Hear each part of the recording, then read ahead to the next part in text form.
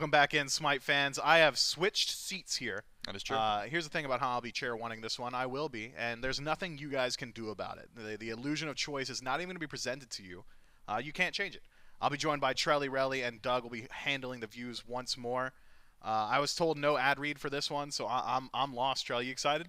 Of course I'm excited. Did you not just see that match? It went 3. Yeah, I saw that match. I was in that seat when that match happened. But now you're in that seat, so you have to tell me like other things. Like I can tell you how the match went, but you got to tell me. How'd like, that match go, man? I mean, it went to 3. Obviously, we saw SK Peso come out swinging, but of course, at the end of the day, you gotta win. You gotta win your FG fights, and I think that's sort of where the team started to crumble. This matchup is gonna be no differently, right? If you're not able to translate into late game just because you have an early game composition, doesn't necessarily mean you can take it. And you might be wondering, what is this match coming up? Who's going to be playing? It's Team CaptainTwig versus Team Ruedy. A lot of SPL talent in this one, CaptainTwig. Yep. A lot of Ruedy talent in this one as well. That's Ruedy himself, the titular Team Ruedy. If you guys are already sick of the commentary on this desk, don't worry. You can go ahead and go check them out on their channels right now, live with exclusive drops and chests and favor and things like that, basically stealing from the company.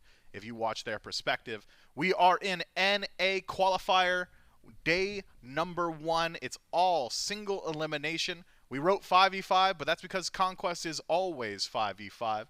Don't worry though, if you're a massive SK Peso fan, you're like, oh man, really hope he gets to make it out to LAN. He'll get another chance at that tomorrow.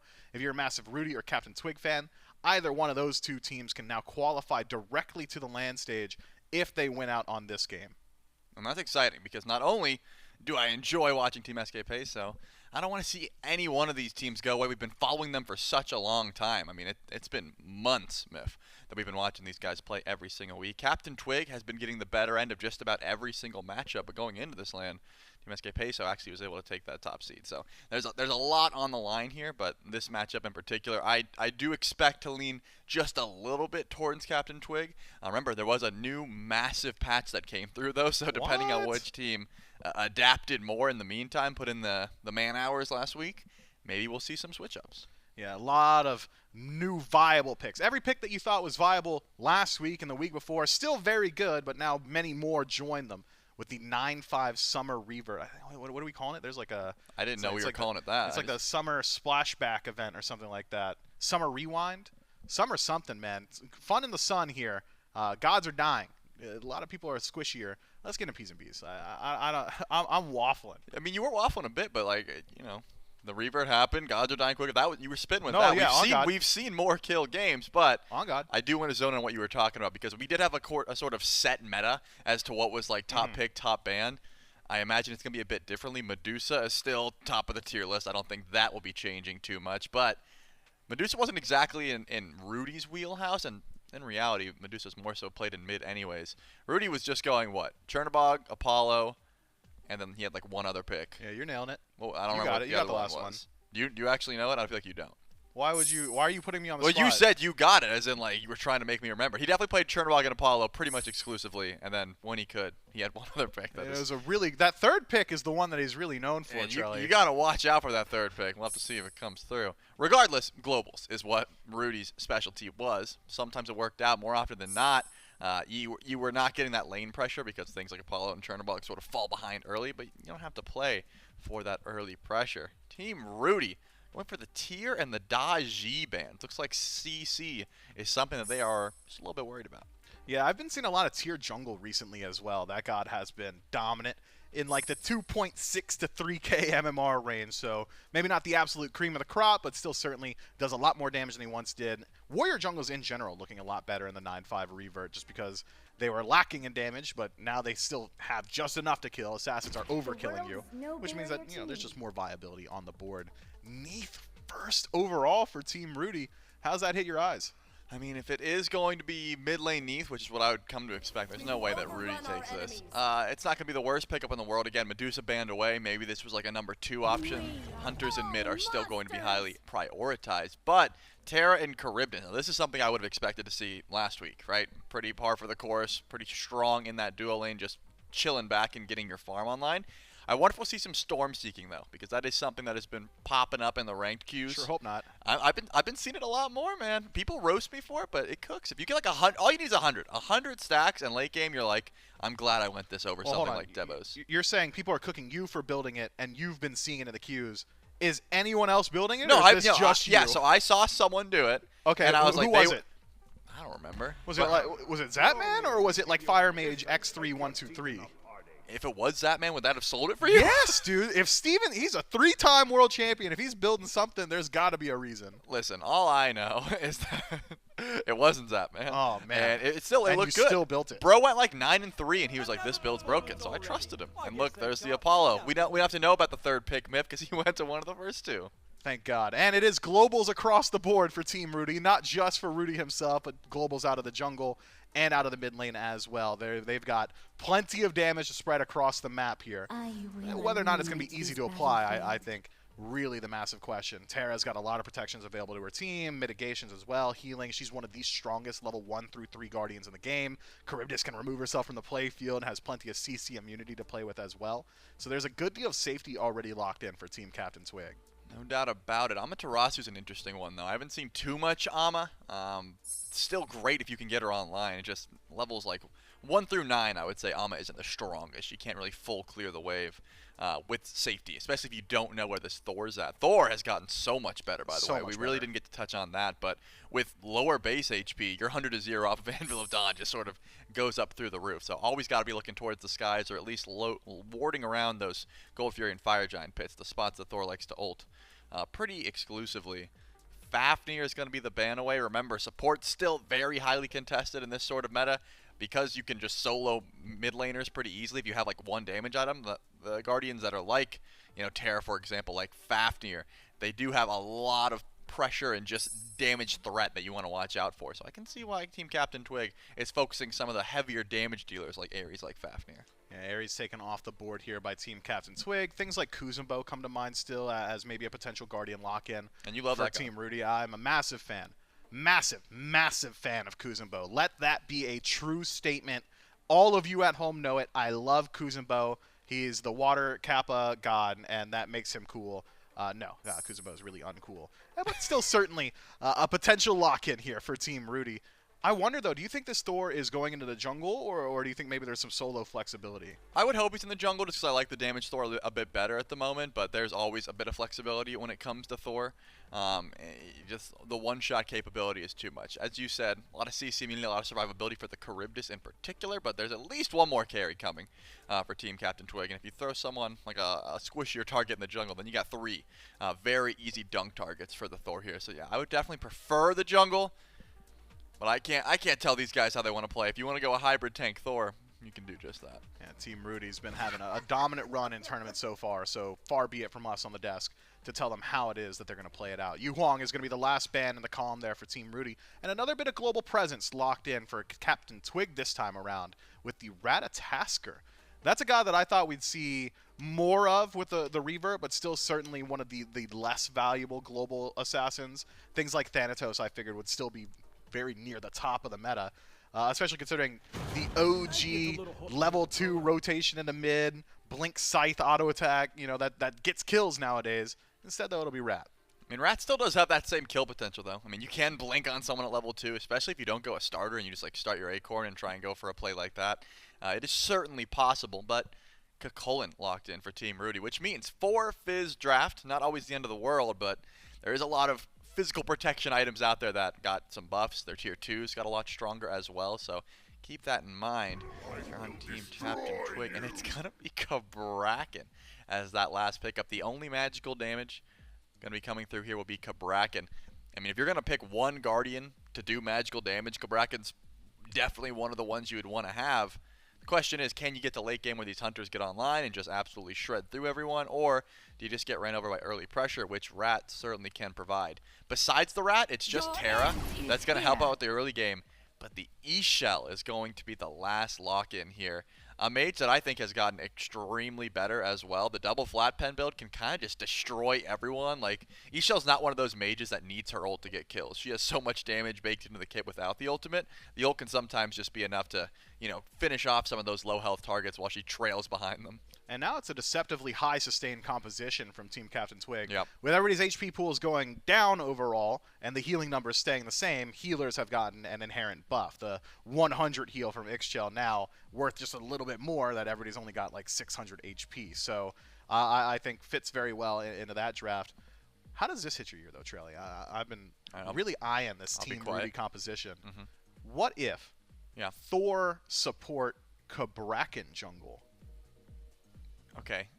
So the way it hit my ear alone was didn't love it. Didn't love it. Didn't love the way it hit my ear. But now it's starting to yeah, you've got the creative juices flowing, and I still don't think you're cooking. But it is a possibility. At the end of the day, Cabrakan jungle is not the thing that I'm cooking. It is more so the Thor support. I've seen it plenty of times. Back in the 9.5 pre-days, it was a pick that people like to go PBM was towards. loving it. Yeah, it is just with Thor doing so much, as far as role tier goes, jungle, solo, then support, right? Like I think. Where's mid on that list? I mean, mid would be fine, I suppose. Like there's a world where you go these like assassin worse mids. or better than support. Well, because in support you don't love going like the hybrid items, right? You're kind of just a Blackthorn. Yeah, I mean then you're missing out on like auras for your squad, so you are losing a bit of value there. Don't get me wrong. There's an argument to be made to play anything in support. You could make Anubis support work if you wanted to, but you have to build a team comp around it and sort of merge your playstyle there. That would take away a bit of my issue with not having any magical damage, right? Cabrakan's not building full tank, so I can see where your mind was at. Kind of getting that chair 2 brain back in gear, even though you're sitting over there. Oops, you know. Oh, yuck. But for me, I'd rather have Thor build damage. Okay, fair enough. How do you feel about the overall power curve then of Team Ruedy? Are you thinking 4 Fizz, only having a standard Guardian, Cabrakan as your magical damage source? Do they need to get things in like rolling early on? Are we talking early objectives? Is this like a game that's dictated in the first 15 minutes? If this does tend to go late and things are relatively even, do you think Team Ruedy's composition can stand up? How do you feel about just the overall timer of this game? I mean, Team CaptainTwig is going to be very difficult to deal with late game because they'll be able to build so much FizzD, but they've got double Hunter, right? They are prepared for that if the game does go super late. So I don't think Team Ruedy's necessarily on a timer. They should be able to just run through early just by the nature of 4 Fizz. It's going to get more value early on. But as I already said, Rat and E-Shell is a deadly level 2. Like they could certainly find kills or at least pull relics pre-level 5. So I think Team CaptainTwig has balanced out their power curve a bit. With the Rat and the E-Shell on the bottom too, because with Charybdis and Amaterasu, they were looking more so towards that late game. Okay, fair enough. And again, Charybdis just has really high pressure in that dual lane, doesn't she? It feels like even if you aren't the highest kill pressure god on the map, you still have the ability to just deal with minion waves really well. In current meta, with HP bars as they are, piercing auto attacks actually do a significant amount of poke potential. Terra has one of the best level 1 through 3s in the Guardian role. So CaptainTwig does at least have that to rely on from his dual lane. That should be able to establish a good deal of pressure early on. I think you would probably still argue maybe kill pressure goes over to Team Ruedy just because they have Cabrakan, but Apollo's not exactly known for his ability to box for the first 3 levels either. No, not necessarily. I think that there is... We could see Sparks find dual lane, but it's all about Thor and Rat. Like, if they are the junglers, that they are going to be dictating how active dual lane gets.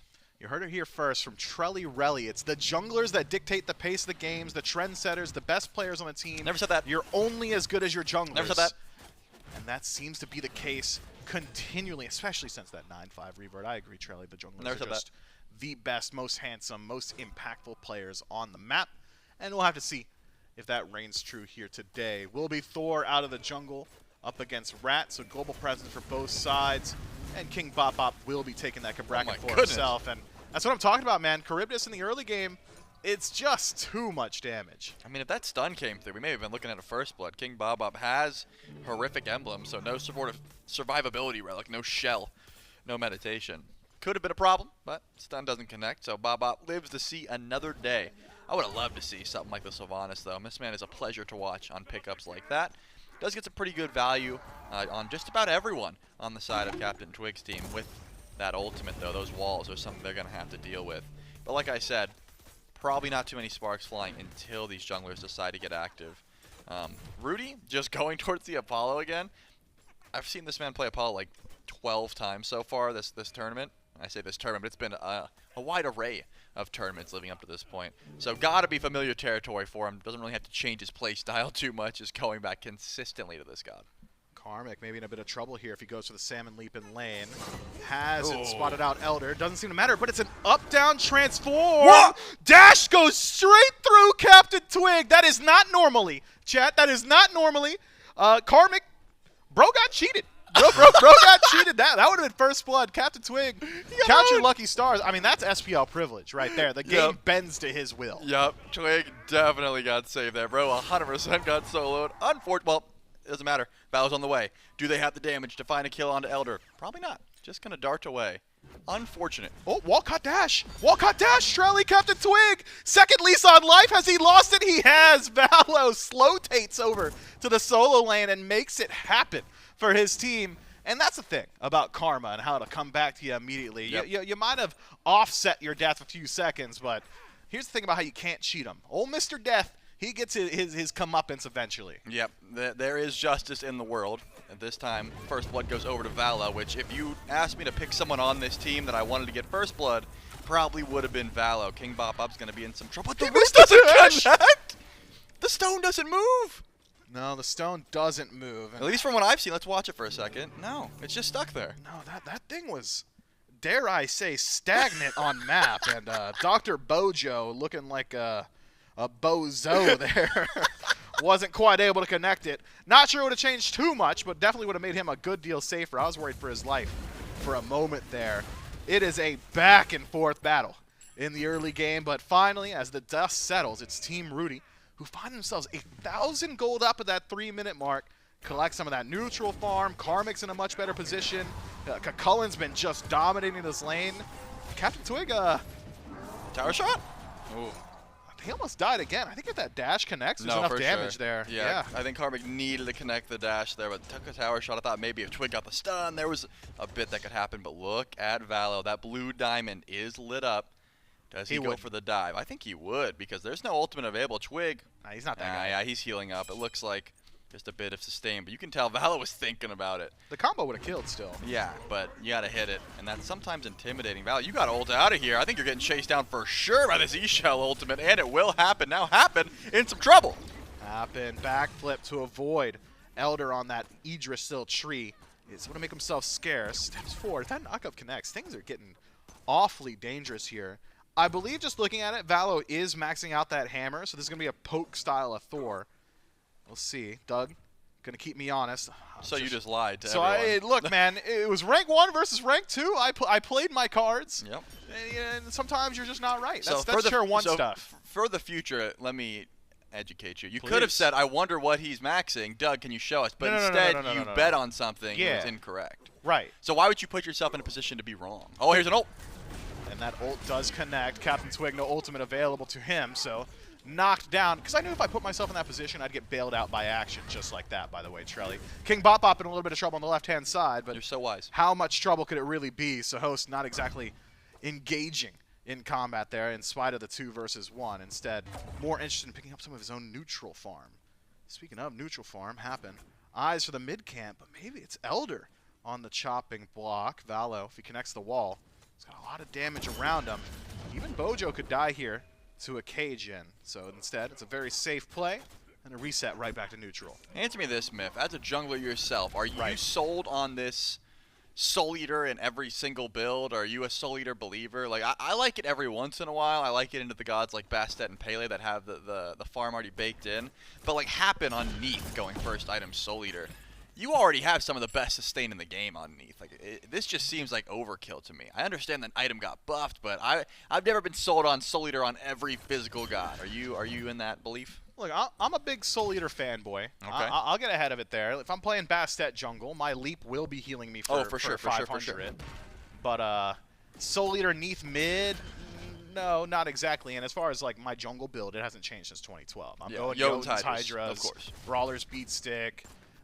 Nowadays, I'm a bit of a student of the game. I've strayed away from Titan's Bane. I've strayed away. Oh. I'm a serrated edge guy now. Okay.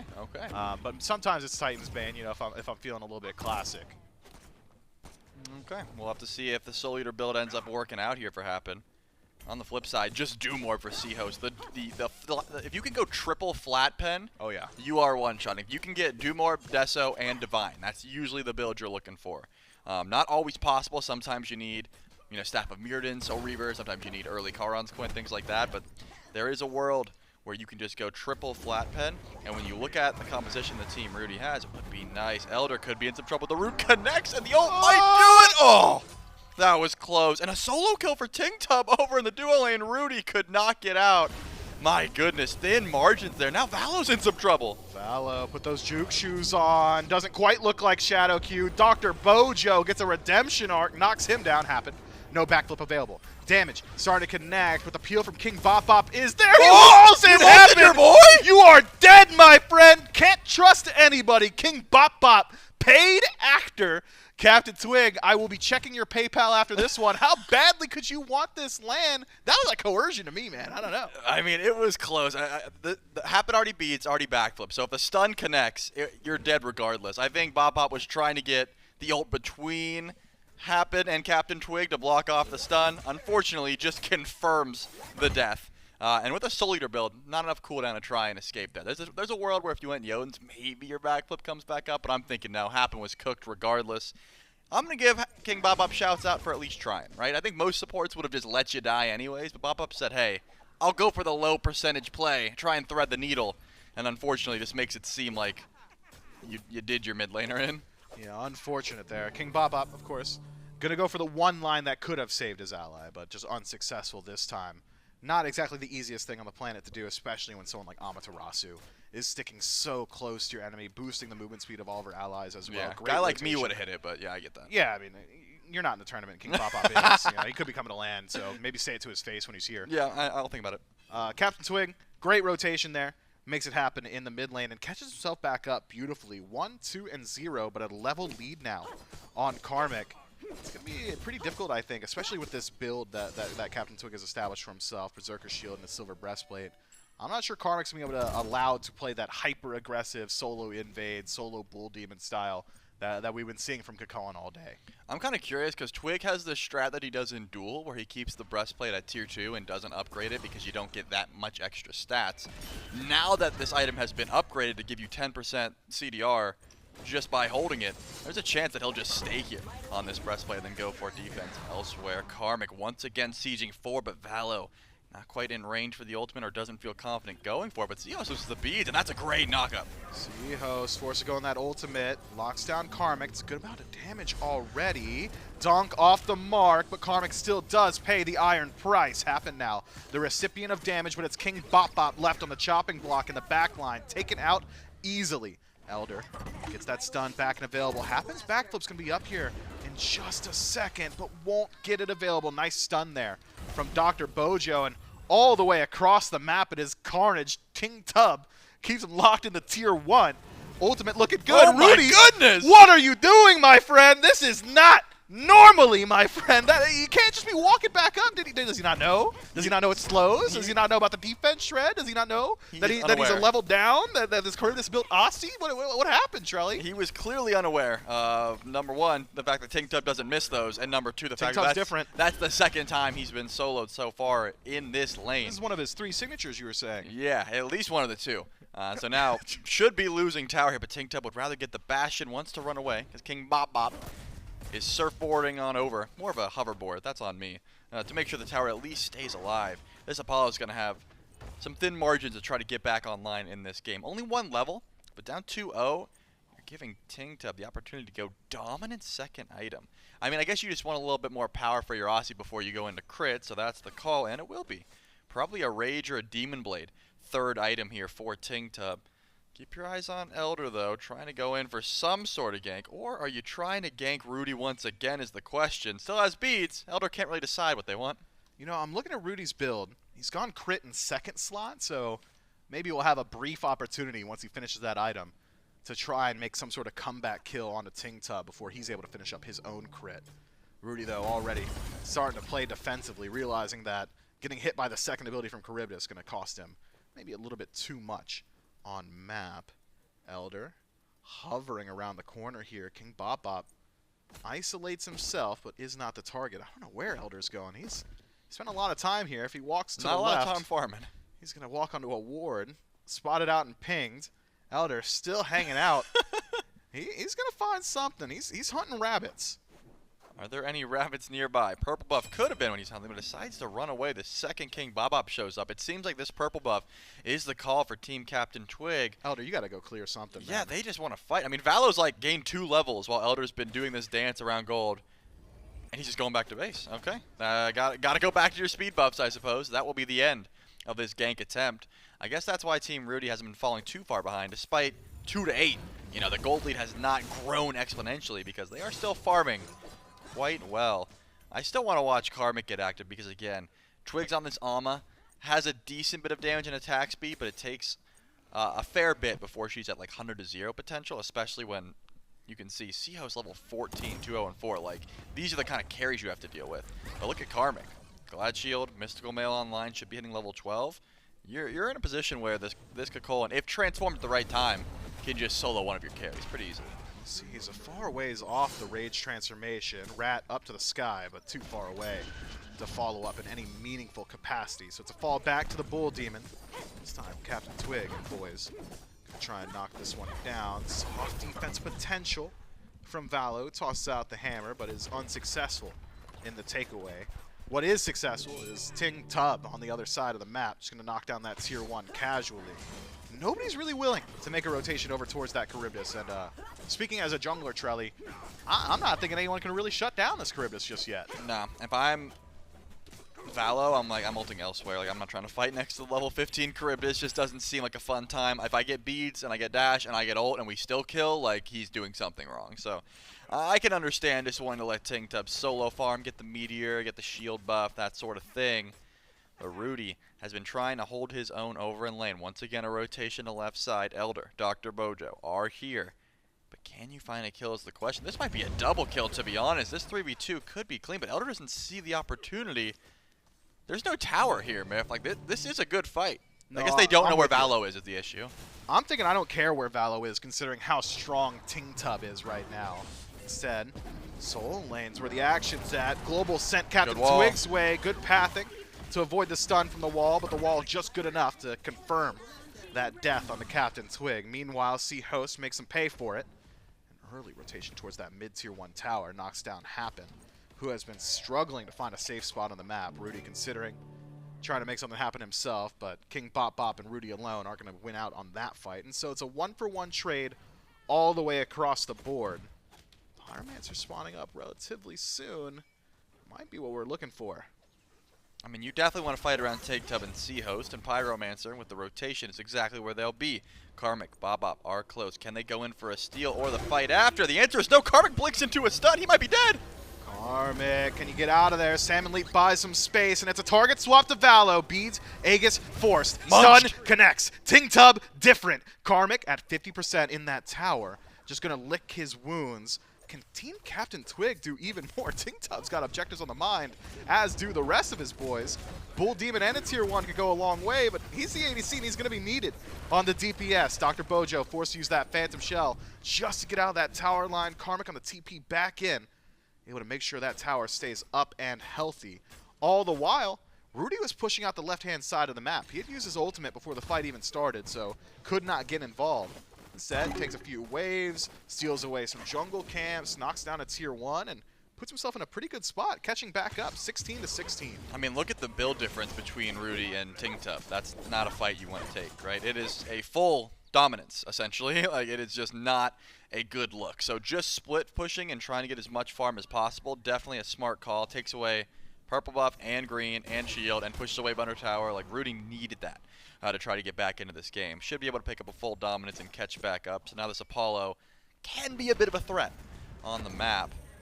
Pulling Seahost beats is also a big deal. We've been shouting out Ting Tub, but 3-0-5, level 17 and 15 minutes. Seahost is an absolute menace on the map currently and has double flat pan and Charon, so no one is safe from the damage of this E-Shell. But again, getting the beads down means there's a little bit of opportunity here. Trying to dive towers, CaptainTwig. Bop-Up's not taking too much.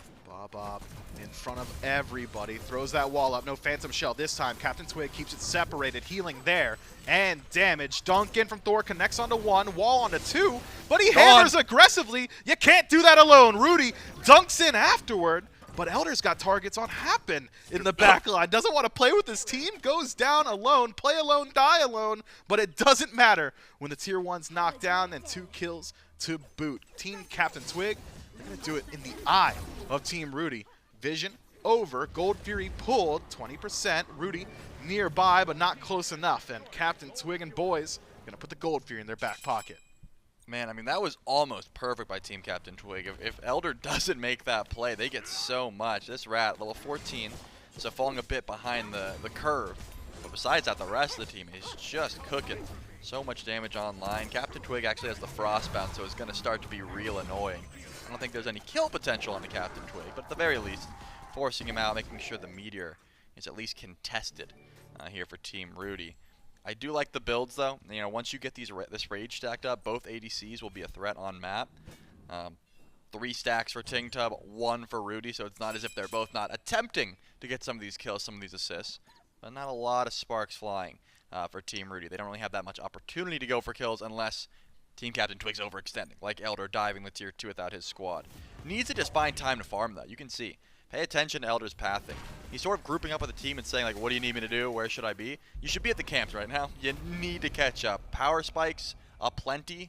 Getting level 20, getting your starter upgraded is the best thing you could do before a Fire Giant fight. Fortunately for Elder, he's not too far behind Valo on the other side. Maybe about a half level, favoring the Thor. Itemization largely equal as well. Even finishing up that Brawler's Beat Stick. So some anti-heal to play for Elder in these next couple engagements. I'm keeping my eyes on Dr. Bojo. That Runic Bomb in pocket means that he's posing a threat on map just about anywhere he goes. And it could be that the next place is to collect another Runic Bomb. Pyromancer spawning very shortly. Karmic nearby. Spotted out that rotation. Nobody else nearby. And with Ruedy showing himself on the left-hand side of the map here shortly, could be an opportunity for Team CaptainTwig to just knock it down. Of course, Ruedy does have that global presence, but it's not instant. It takes a little while to ride all the way across the map.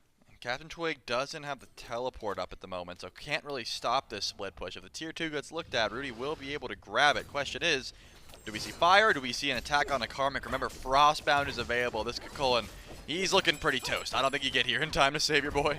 Karmic up, down, going to do as much damage as possible, and here's the thing about how it's not that much. Neath ultimate used as well, so Happen going to be relegated to an ineffective state in this next team fight. I think the best team Ruedy could hope for is exactly this. Hope nobody heads back to base and see if you can knock down that Phoenix, but Fire Giant on 5, I think a worthwhile trade for Team CaptainTwig. They're able to grab it. Bob Up, Happen, and Valo are nearby. Phoenix not even being looked at by Ruedy, so here comes Valo. He's in the sky. Valo dunk finds 2. Elder dropped low, but didn't even really need that much help. Turns it around. CaptainTwig confirms the Fire Giant. Backflip from Happen.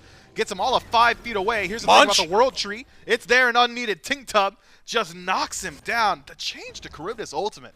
So easy to line up those shots. Ruedy does all that he can, and it's not much. Knocks down that left side bird, but we're on pace.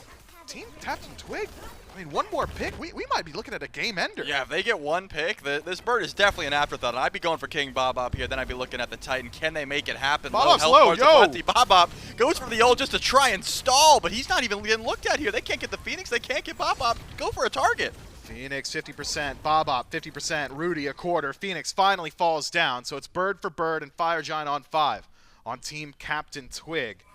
The siege defense, I mean, it really was. King Bob Up throws up the wall. It blocks just enough auto attacks, and the wall's gone. And then the siege just starts up like it was never even there. Team Ruedy's got to figure out something in these team fights. What do you think it is, Charlie? How do they fight their way back in? I mean, I've never seen a Charybdis ult do 714 damage. Let me just start there. That was an insane amount. 7-0-1, has fully stacked Rage, has Deathbringer, upgraded the Cowl as well. So that's a problem. E-Shell 309, that's a problem. Okay. Dr. Bojo recognizes that he's facing 4 Fizz and a Cabrakan, so just goes full Fizzdy. That's also a problem. That's not good. No one on the bottom 3 of CaptainTwig's team should be dying unless they're just completely out of position. I think shutting down Tingtub would be step 1. That doesn't seem too likely with the safety that Charybdis has, so I would think trading 2 for Seahost. That might be your best option, and even that is never great, especially when you already have a Phoenix down. Lowering your manpower on a siege defense, not great, but it's kind of the only thing you can do to try and stem the bleeding here. Team Ruedy, they just got to stay back underneath Phoenixes, can't really step out, can't really fight, and hope that Valo and Karmic and King Bob can combine for a massive initiation of like all 3 of their ults on top of each other. Besides that, I'm thinking about what we did wrong for the next game. Like, the gold lead is not that much, but it's spread out so much so that, you know, it seems like a lot of Team Ruedy can not really step forward. And even if they do play Team Ruedy that is this slow defense, there's so much sustain on Team CaptainTwig that really, how concerned are they? It's an easy initiation there from King Baba, but not able to force out the Phantom Shell. Now, it's Cullen in the back. Karmic knock up on 4. There's a lot of CC, but not a lot of damage. Tingtub backing himself up. It's Elder in the sky, trying to separate the fight. Finds Ruedy in the back, disengage, push back in, but Tingtub resets the ultimate twice! Double kill for the Charybdis. He's making it look so simple. 3 down now for Team Ruedy. Elder does his job, dunks in, separates the initiation, trades his life, but gets his team a second Phoenix. They go for game? I don't think they can stop him. Tingtub has done whatever he wants, whenever he wants, and now with Deathbringer finished up, I think he wants to knock down this Titan. CaptainTwig in first. Happen forced to reset. Valo buys a little bit of time with the wall, but the Titan's being looked at, and it's burning quick. 50%.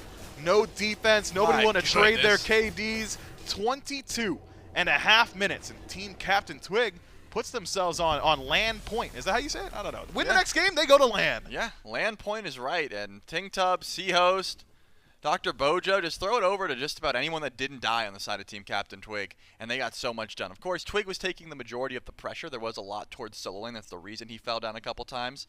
Elder was diving, as you said, doing his job, right? Yep. His job was not to get the kills. His job was not to be one dive wasn't great. Tier 2 tower dive. That one, you know. That was just by himself, Tier 2. Limit testing. He got a little hyped about his team cooking. Get swept up in the energy. You're like, I'm going to LAN with my boys. Happens to the best of us, but... Oh, that happened to you? Because I'm the best of us? Thanks, man. There's just a lot of action, and you got to try and shut down these carries, in which case could not happen. Got to look towards C-Host and Tingtub for game number 2. Yeah, I mean, just restricting some of those P's and B's, I think, would be a great start. Yep.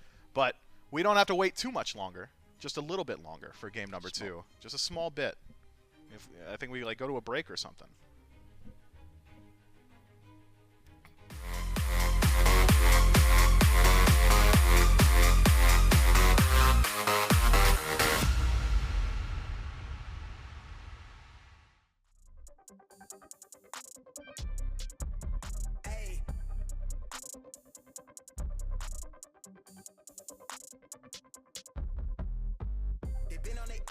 On the rail, I wrap it, I bag it, I pack it for sale. Got feeling on speed out, I hit me to chill. I give it a thrill, I put it on film. I get a plot, that ain't real. Come to my section and flex, we can tell. I got a show and she dipping them nails. I'm flipping my L's, I know they can tell. I did it too major, they hit me for favors. Been him since the cable was cut in the cradle. What's up, only right that I do it. Colossal until I'm a boss, so they want me to fail. Look, we prevail.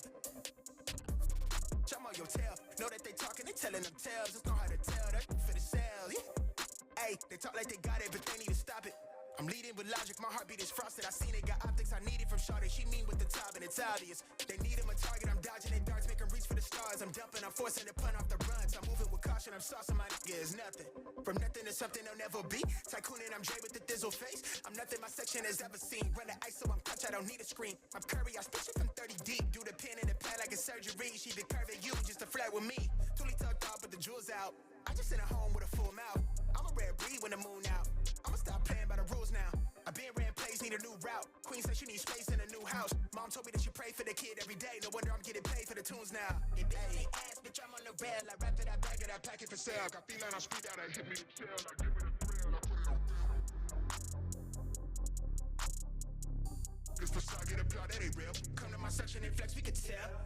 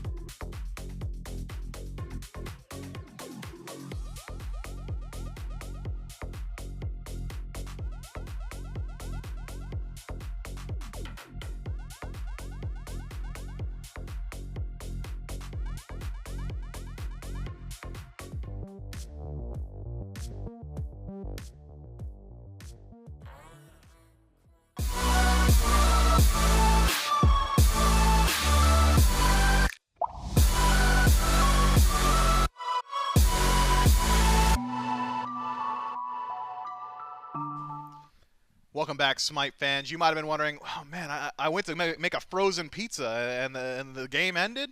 Yeah, it was like 22 minutes. It was super fast. You can enjoy your Tostinos in game number 2. What you should be enjoying is this summer kicking off and the sales are on. Save up to 33% off gems and 50% off the alignment and mood chests now through June 23rd.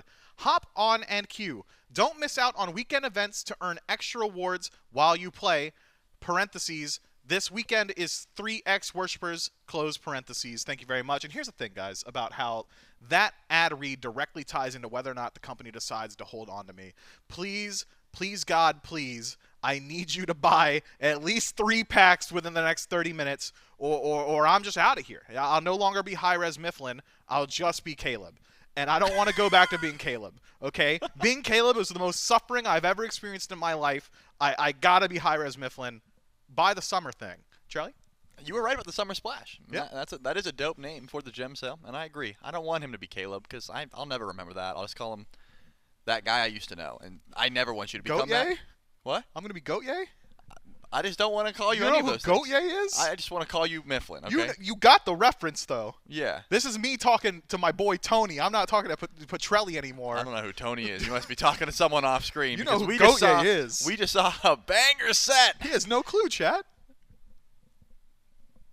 Look at this. Yeah, break down the post game, man. Talk to me about that set. I mean, I think this was a snowball that Team Ruedy could not stop. I mean, I liked the action from Valo early. I didn't love what we saw out of King Bob up and Ruedy early on because this Cabrakan and this Apollo couldn't really combine for much. And then once that snowball got turning, I mean, Ting Tub could do no wrong. Those Charybdis ults were disgusting. 9-0-2. Seahost was owning out of mid lane, just farming up a storm as well, 4-0-10. I cannot give enough praise to the carries on squad of CaptainTwig because they could do no wrong. 0 deaths means they literally were never out of position, as far as I'm concerned, or they have the damage to back it up. And that is something that Team Ruedy cannot let happen again. I don't think we will see the Charybdis again in Ting Tub's hands. Not necessarily something that needs to be banned.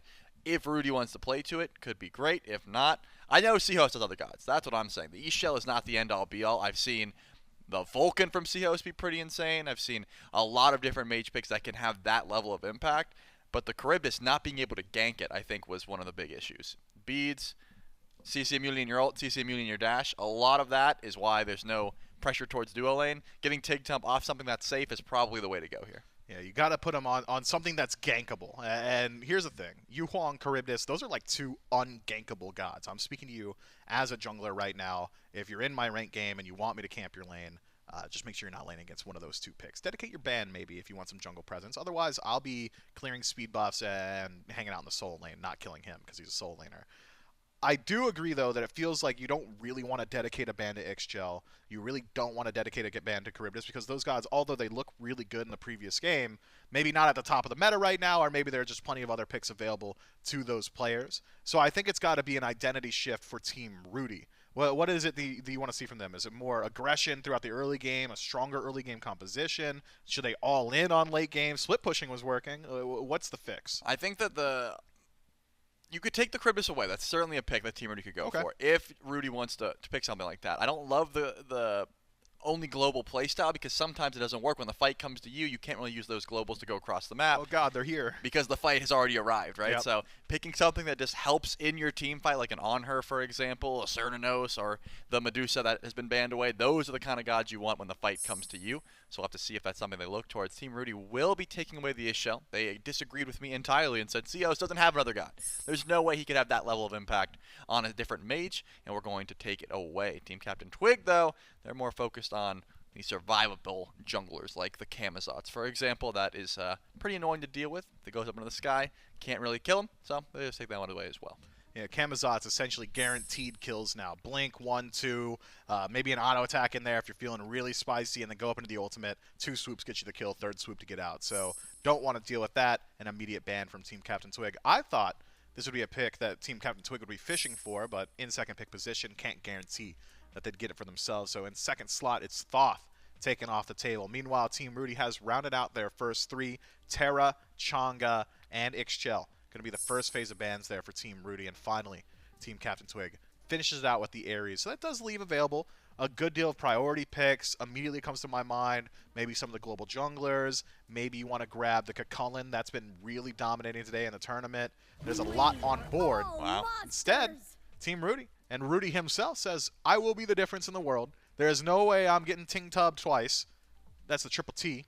He's going to take the Charybdis for himself. I really thought it was going to be Medusa. I mean, the Charybdis was something that he didn't want to deal with again, and this is the best way to guarantee that you don't have to. Just be first pick and leave it open. So Team Ruedy grabs the Charybdis. Medusa is almost certainly going away in the top 2 here. No way Team CaptainTwig lets that slide. If they do, I'd be shocked, even though there's already a Hunter grab for Team Ruedy. They're so happy to go to double Hunter. It's just not going to happen. So Ama and Medusa are the top 2. I'm surprised Twig loves this Ama so much. Like, he goes back to it pretty much immediately. Previously, we'd seen things like the Wukong. We saw the Osiris. But he said, if Ama's available, just hand her over. And a little fun fact for you. I would call this an unfun fact, actually. Okay. Twig, if I said, not to say Amaterasu's full name, how would you abbreviate that? Amy. Amy, Ama. Both acceptable. He doesn't say Twig calls her Amat. Amat. He says we should ban Amat here. I heard it in the comms. Like videos. he said that on purpose? Like he didn't like stutter? That, yes. Amat, A-M-A-T. Instead of Ama it's very or Amy. Egyptian sounding. I just don't know why that would be your choice. It is actively longer than just saying Ama. You're doing one more syllable. Makes no sense. So, unfun fact for you. If I ruined your day, sorry about it. Call it Amat in all of your future games. If you want to be as successful a player as CaptainTwig, maybe the most competitively successful player in the tournament currently. So you'll be in good company. Personally, I'll make fun of you, and Charlie will do it live on air in front of... I'm on theater mode. I can't see how many viewers there are. Scylla going to be the lock-in for Team Ruedy, getting that synergy bonus. Charybdis and Scylla, that's the ocean and... like that one pass in the ocean, that 8 ships. I'm pretty sure that one was Scylla. Yeah, I think so. And Charybdis is like her sister. Either way, though, a lot of ultimate resets potentially here for Team Ruedy, who have been playing theme teams all day today so far. Previously, it's the global theme team. Now we're playing the, the sisters. The sisters theme team and Kakulin. But how do you continue that theme when Kakulin gets locked in? We'll have to see how they decide to go for it. Medusa, Ama, and Khepri here for Team CaptainTwig. And I like the Khepri. It can stop some of these resets, and because there's 2 of them, that res may be even more impactful. However, when supports are in a point where they can just like solo carries, I like to lean away from the picks like Khepri. Like, sure, your carries, supports. Your carries are also getting one shot, so yeah. saving them is good. More valuable. But for my play style, I want to be the guy that's owning you. Like, I want to be the Bacchus that half healthed you with just a belly flop and you're raging. I want to be the guy that takes away your kill. But hey, Khepri ults are annoying, so I can see where Team CaptainTwig's priorities lie at the very least. Pressure out of duo lane. If the Medusa goes mid, which more often than not it does, pressure out of the mid lane. If it is Medusa mid, what do you think CaptainTwig will take for his duo laner? Is it going to be like a magical hunter, or are we just going more fizz? Like, what do you think the strategy is there? I haven't seen any magical ADCs in quite some time. When Oleron got his buffs, he ran the meta for 3 days, and then people were like, he's still Oleron, let's move on with our life. So I would think if it's Medusa mid, we still do see a hunter in the duo lane. You've got Shred already from Khepri, so you're not worried too much about the full fizz stack. Anything that can outpressure Scylla and Charybdis is going to be pretty awesome. You don't really have too much kill potential on either one of them because they're so safe. Their escapes are going to get them out of most trouble. But I think you still look to do a mage in the mid lane, especially when you have Seahost on your team. Like I said, the Vulcan banned away, Chang'e, and now Ixchel. Throw Thoth into the mix as well if you're Team CaptainTwig. I'm thinking Yu Huang is still at the top of my tier list for how strong these mages have been ever since this change. Agni is also there. Those would be the 2 that I'd look to. I'll have to see if Team CaptainTwig agrees.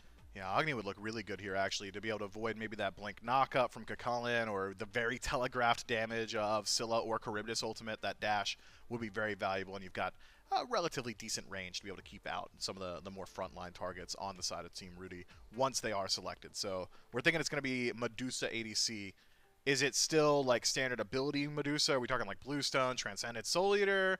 Or are we going like crit build? Is it more of an auto attacker? Like, what's Medusa look like right now? It's pretty much just Bluestone, Blackthorn Soul Eater, or Devos. Man, that is cringe. Yeah, or Devos. Yeah, that's gross.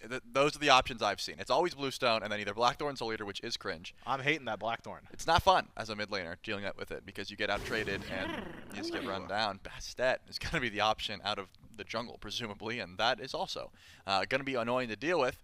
You can't really hit her as a Scylla. You want to just focus on her when she jumps. She jumps back to avoid your damage, blinks on you, chases you down.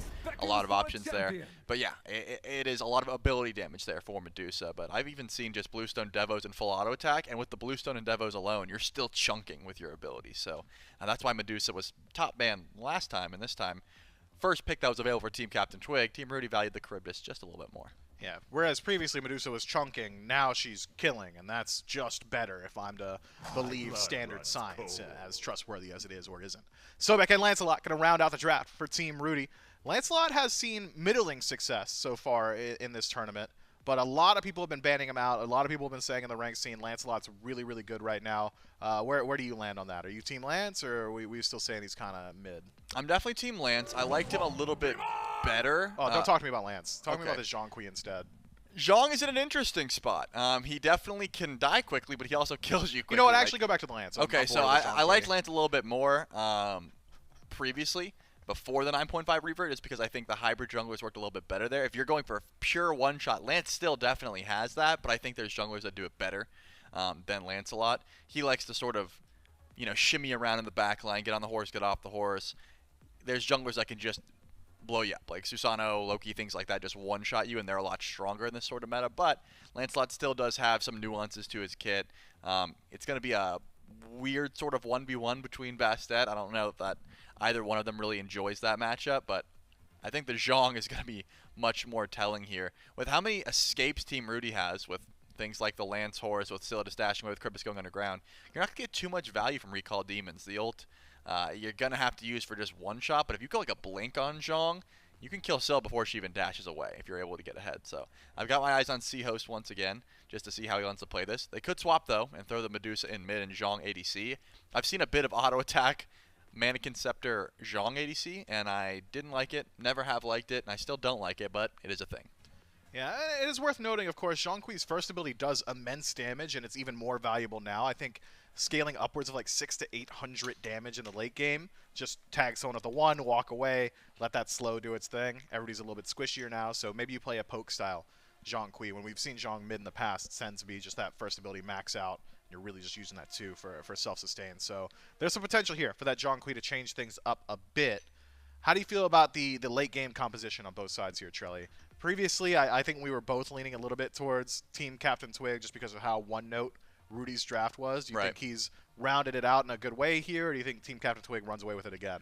They certainly rounded it out. I mean, the Sobek and the Charybdis is a nasty number 2, just over in that duo lane. But you have the Khepri to try and stop the Scylla resets. If you get late game, like Scylla and Charybdis are just they're gonna feast. Like that's what they're looking to, just try and get to 30+ minutes. That's when you really get the full value out of those kits. But with Zhong, with Medusa, with Bastet, like the team fight presence of Team CaptainTwig is pretty disgusting. And then you throw the Khepri ult just in case someone's out of position, just in case someone gets one shot by this Scylla. It does stop a lot of what Team Ruedy wants to do. I'm not saying it's cut and dry, like Team CaptainTwig just takes it for free, but I do think their comp is a little bit easier to execute on. So Team CaptainTwig, slight favor from the desk here. We'll see whether or not that pans out as we jump into game number 2. As a reminder, if Team CaptainTwig wins out on this game, they will confirm themselves a spot in the LAN event coming up very shortly. If Team Ruedy loses out here, they're not eliminated just yet. They'll progress to the bronze match tomorrow and see if they can fill out that last position for the LAN event. It's 3 members of North America, 3 teams from North America going to qualify to play against Davey from Europe, all at our studio here in Alpharetta, Georgia, the esports headquarters of the world. Game hasn't started just yet, but I mean, looking at it, all the picks have essentially gone where we expected them to. No real switch-ups here. I'm really curious about C-Host's build. I thought we were going to be looking at like Sands of Time. I thought maybe Conduit Gem if we're really playing around poke. Instead, it's Vampiric. Are you a Vampiric fan? I know you're a mid laner. Yeah, I mean, Shroud makes you a lot tankier early on, at least with that sustain, and then late game you either, I mean, most of the time you're getting Sacrificial Shroud to just one-shot, but like, Blood-Soaked Shroud is an option. On Zhong in particular, I don't hate it. I think there is better options if you're trying to play for just damage early, but that's not the call here. C-Host just wants to survive the early game, and then maybe at level 12 start getting real aggressive, because again, without Blink, it's kind of hard for Zhong to just run down a Scylla. You don't really have many great targets that don't have escapes here for that ultimate. But I got my eye on the Zhong. You know, you're going to get out pressure just a bit with this build, but you're not going to lose HP, right? You're not going to die very easily. Just hold on to those beads though, because Valo and Happen could certainly look to just blow you up at level 5 off of an I'm a Monster. It's a Vibrant Shard for Zhong as well. I mean, I had completely forgotten that exists. It's been so long since I'd seen it, so slight difference there. It's essentially just a little bit more power when you're walking around. Everybody thought at first this was going to be the jungle one, but it turns out it was for nobody. And Seahos challenges that standard by taking it for himself in mid. If you're really only just poking every now and then, it's essentially like a mini conduit gem, just a little bit additional burst on the back end of some of these abilities. To keep my eyes on him. Won't be a stacking path either. Usually we see Zhong go for like Warlocks, or maybe just going for like early defense. Instead, that seems to be the standard flat pen first slot Doom Orb that we've been seeing from just about everybody. Don't sleep on that damage from him just yet. Bastet versus Lancelot, I think a very interesting matchup out of the jungle Trelly. Lancelot, you would expect to be able to set the pace early on, but is there a point in the game where this Bastet's going to be able to keep up or even surpass Lancelot? That's what I'm saying about the 1v1. Like, it just seems kind of awkward, but both Valo and Elder have decided to go over towards right lane. Usually you split this, but Karmic should be in a bit of trouble here. Razor Whip connects. That's got to be first blood, and it is. Valo goes in. There's no way a kill is going to happen here, at least from Valo. Maybe onto Valo if Elder finds some damage. But Team CaptainTwig finds the first blood. As I was saying, usually, you know, you see your jungle go right, you go left, you say, you know, I'm just going to split up, but both decide to head over to the solo lane. CaptainTwig doing just a little bit better of a job of sustaining. Even though duo lane, King Bob taking some good damage as well, but Rudy's not going to let his team back up. Is there a pluck? Doesn't seem like it. Already used. Unfortunate. King Bob just a few seconds behind. He went for it? Down, goes for it. I think takes a tower shot there. Taking a lot of damage. It's Ruedy who's pulled back in. King Bob reinitiates with a tail whip just to find the peel needed. Ruedy, Bob both sub 10% HP. Even Dr. Bojo dropped low there. The only one who's not suffering is Ting Tub. But at the end of the day, looking at potions in pocket, both Bojo and Ting Tub holding on to 1 HP pot each, whereas Bob and Ruedy have got plenty of sustain to play with. Pluck in, but Bob should be the target. No way Ting Tub has to run. I guess Rudy's damage is a little bit threatening, and Dr. Bojo can't stick around, so not going in for the kill. Horrific and Shell already used for both of these supports, so it seems like the call was made for Team CaptainTwig to just play this one safe. Purple buff looks like it's being invaded though. Can you find the burst? The spit might be enough to try and take it, but you gotta get it off at a nice time. Does not. Ruedy takes away the purple buff. It's a good start for Team Ruedy over in the duo lane. Nothing like game number 1, where already Ruedy was behind at this point. Getting purple invade on the Charybdis means you should have a little bit of extra presence up against this Medusa. Ting Tub gonna have to play under tower for a while. Ting Tub also just missing out on some of that farm means that he's gonna fall slightly behind going forward. As supports start to rotate out around that 4-minute mark, which we've been seeing so far today, will leave an opportunity for Ruedy with his ultimate available, and Ting Tub still lacking on his. 5 tick, but everybody's relatively healthy. Not exactly an opportunity to get over aggressive there. Instead, it's collect neutral farm. The only thing that bails out Ting Tub and co is a rotation from the jungler. Meanwhile, on right, Karmic, one shot, ultimate already used by Twig, but it's Dr. Bojo who falls down to the jungle rotation. Valo, considering dashing into that tower, it looked a bit crazy, thinks better of it. Goes ahead and resets himself back to neutral. Support for nothing. Good rotation there from Team Ruedy. Even Happen making his way all the way across the duo lane. Sometimes you got to be there to support your team. Happen thought maybe a kill would arise. Doesn't come through. I thought Elder would have had a better rotation there. Got there a little bit later, though, was the issue. Even used the blink. Valo didn't have to. Just use the ultimate to close gap. That's the benefit of having the horse. You just get places a little bit quicker. So duo lane going to have to play extremely safe now that Dr. Bojo has fallen. It's quite easy to camp a Khepri as well. Like you don't want to ult yourself as a Khepri. You want to save that Scarab's Blessing for your team. With a Sobek, with a Scylla, you could just kind of CC the heck out of a Khepri without beads, and Dr. Bojo's got Shell, so falling down like that means you got to watch your positioning, but Bull Demon, started up by Team CaptainTwig, already happened. Valo, Bob are all nearby. No way you go for that pull. Got to go in for the reset for now. Potential 4v4 here, mid-camp. One goes the way of CaptainTwig, but it's Dr. Bojo pulled back in and left alone. Massive ultimate from C-Host.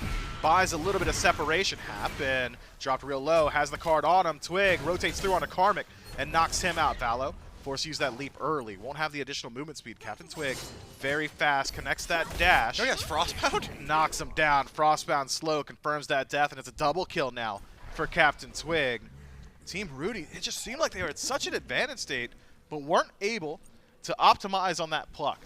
You got to think when there's 4 members versus 2 and Bob Up finds a pluck like that, it should be an instant kill into regroup, fight back in. But the rotation from CaptainTwig catching out Karmic, with Elder helping out there as well, just really separated that engagement.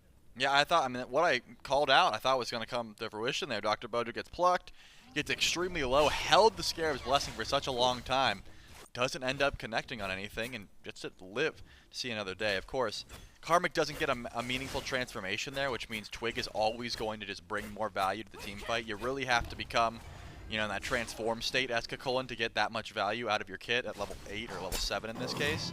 So, fighting into an Ama, scary stuff. Tingtub finds the angle and is able to dash out no problem, but does use the ultimate. Beads were available. Does not want to give them up for a pluck, so Tingtub a little bit less safe now than he was. With no buff spawning in, already has the green. Should be able to just chill underneath this tower. Not easy for Ruedy to go for a dive. Even with that ultimate, it's going to be pretty difficult to confirm a kill, especially at level 8 for now. So playing it slow.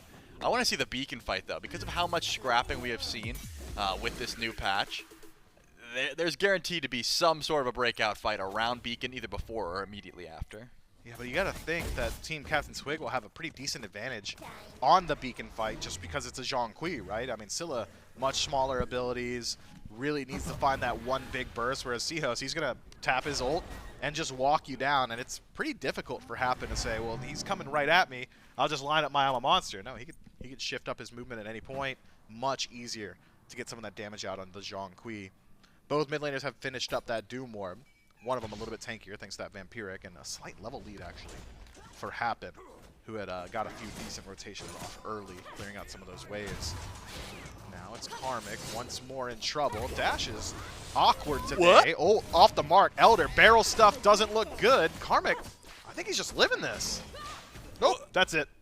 Oh my goodness, I was going to say, if Elder dies and Karmic doesn't, that would have been so bad. All you had to do was wait. Tingtub certainly falls down. Valo recognizes fighting over and right, we should fight over and left, and it goes down. You see this Gold Fury pull definitely could be. Elder still showing himself on the ward, and it will come through. Does C-Host, does Dr. Bojo make it over in time? They're not even interested. They're getting bastions. So yeah, Gold Fury goes down to Team Ruedy for absolute free. You're trading kills there, but super worth it because Team Ruedy already was winning on the left side of the map, and it didn't seem like Karmic could stand up to Twig anyways. So putting down the 0-2 Kakolin, not quite as worthwhile. You gotta grab the Bull Demon if you're Team CaptainTwig, and they will. Might as well collect some wards across the map, put some extra gold in their pocket. But man, Elder, that old, you guys gotta wait, man. Frostbound, stun from Twig, there were so many options. Didn't have to send out the Huntress of Bass, but pull the trigger a little early. I'm thinking he was barrel stuffed regardless. I mean, well, I mean, like, don't get me wrong. Like, he should have been hit. You can go for it and simply hit it. That's step one. Yeah. But because... And I'm thinking that's like 95. At distance that he was at, that's like me rolling up 5 feet away with a 6-shooter and whiffing. Like, it's just not going to happen. But there's a way. And our boy Elder found it. Regardless, though, finds the kill and gets himself a little bit of farm on map, Bull Demon, but it is Gold Fury in exchange. I want to ask you, though, do you think Team CaptainTwig could have defended that Gold Fury? I mean, I think that C-Host and Dr. Bojo could have at least walked up. There was some low health bars. I mean, King Bob tanked up the Gold Fury entirely and was pretty weak. So I think they could have walked up at the very least. Tingtub dashes in, gets aggressive, has the ultimate. You ulting your demons, man? Why'd you go so early? Now Rudy's going to run, but King Bob's on the way. Be careful here for the ultimate. Ruedy tries to toss it around the wall. No good. King Bob controlling that rotation path.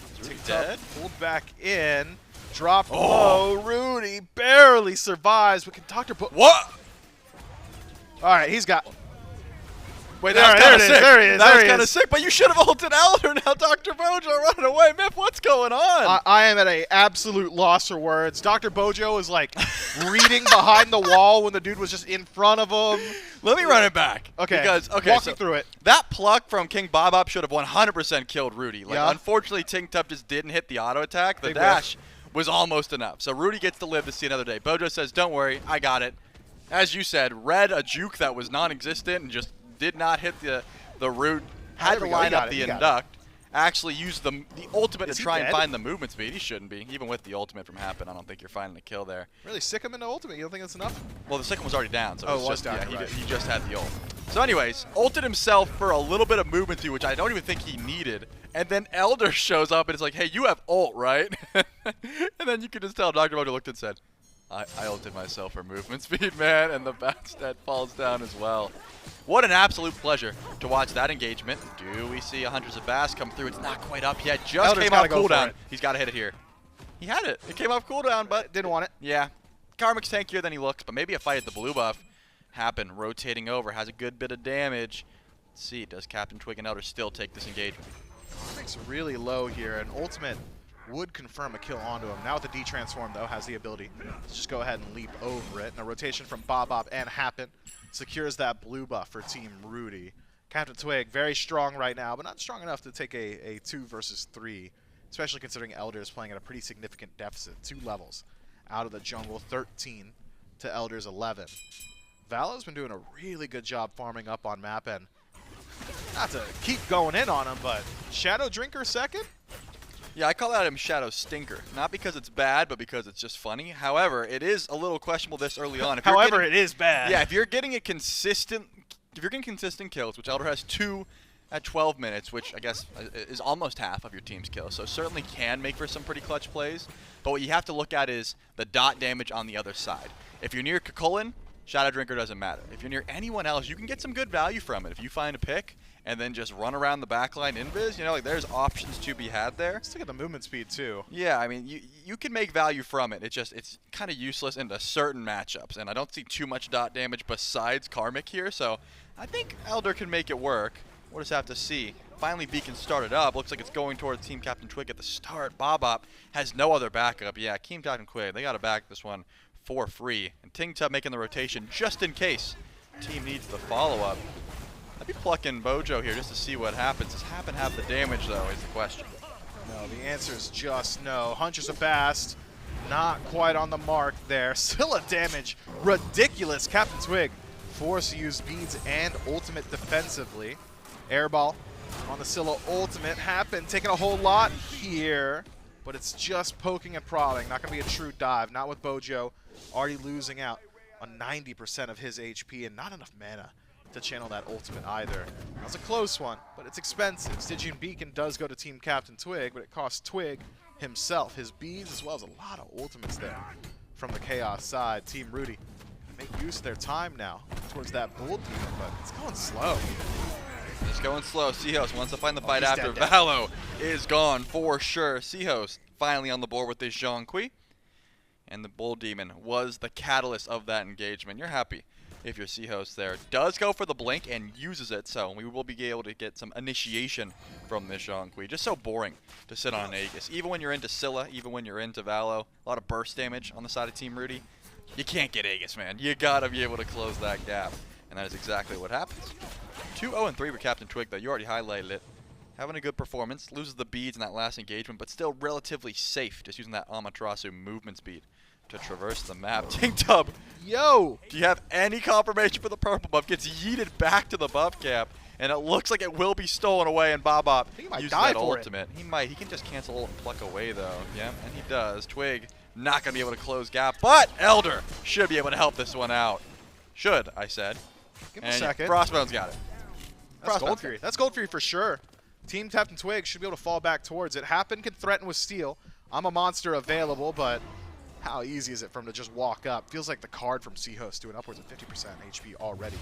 Ruedy considering a bit of an initiation here. Gold Fury's really low. Grand Joust not enough. Reset, repool. Team CaptainTwig secure the objective, but can they find the fight afterward as well? CaptainTwig himself leading the charge in the power stance. Not exactly the fastest on the map, but with the help of Bojo, should be able to catch up. Root's good. Elder falls down on his own somewhere else. Ruedy forced to use the Aegis. Here's the thing, impossible to kill a Charybdis. Just too much safety on the board. Gone! And Happen picks up his second of the game. Excuse me, of the team fight. Dr. Bojo, I mean, it's just delaying the inevitable. Valo, credit for the kill this time. And you just got to think, Team CaptainTwig got the objective. They could have walked out. Yep, that is exactly what I was going to say. You get the objective, you back up for free. Sometimes I think I would have chased if I was Twig up until you see Ruedy go underground. Once Ruedy uses that dash, I'm saying, okay, dash down, let's retreat. Twig got a little bit baited there. Good relic usage from Ruedy. And then, of course, the team rotates in. Fire Giant, 15 minutes in. Seos is already here, has the blink available, should be able to call us out to his team, and they switch over to Pyromancer. Definitely the right call. Bob is still on it. Hold on. They're figuring it out. Yeah, let them make a decision. Okay, Pyromancer is the final call, and that will be for absolute free. See, this guy, the smaller one, that's pretty easy to do. The bigger one would have taken some time. I think this was definitely the right play. Even with the damage that Happen is able to put out on the Scylla, nothing's confirmed at 15 minutes. Yeah, and even Ruedy has not elected to go for a crit build here, so it would have been slow DPS on the Fire Giant itself. Executioner dominance means that he's going to really make short work of CaptainTwig or Dr. Bojo, given the opportunity, but not exactly the fastest at DPSing neutral objectives. That goes over to Tingtub, who has strayed from the build that you were telling me about a little bit earlier. Instead, it's Aussie Rage, and I got to assume dominance in next slot. Yeah, it seems like just trying to get the crit online. I usually decide on crit based on their solo laner, and with Karmic, with a lot of FizzD, I don't think the crit build would get as much value as just full ability base, but as you said, Fire Giant goes a lot easier. King Bob eating these auto attacks for breakfast. Tingtub is not a threat, but the rest of the team might be. Seahos has the cutoff and the stun. Can Bob fall down is the question. Should be able to. The card may just confirm it, and Seahos gets the kill. So Seahos picks up the first of the team fight, and the entirety of Team Twig is most of Team Twig is healthy. Elder 50% to crush alone. 640, by the way. Just ridiculous. Needs to avoid Happen in the future because no way. It's a Fire Giant pool. This feels dangerous. It definitely is. Seahos wants to blink on Connect the the Happen. card. Does have a stun available. Oh my god! But do you blink is the question. Yeah, he's got blink. You got to go for this. Yep, there it is. All right, Happen. Is he fast enough? He's got Aegis. If Happens the card out of he there. didn't have the card. No card available.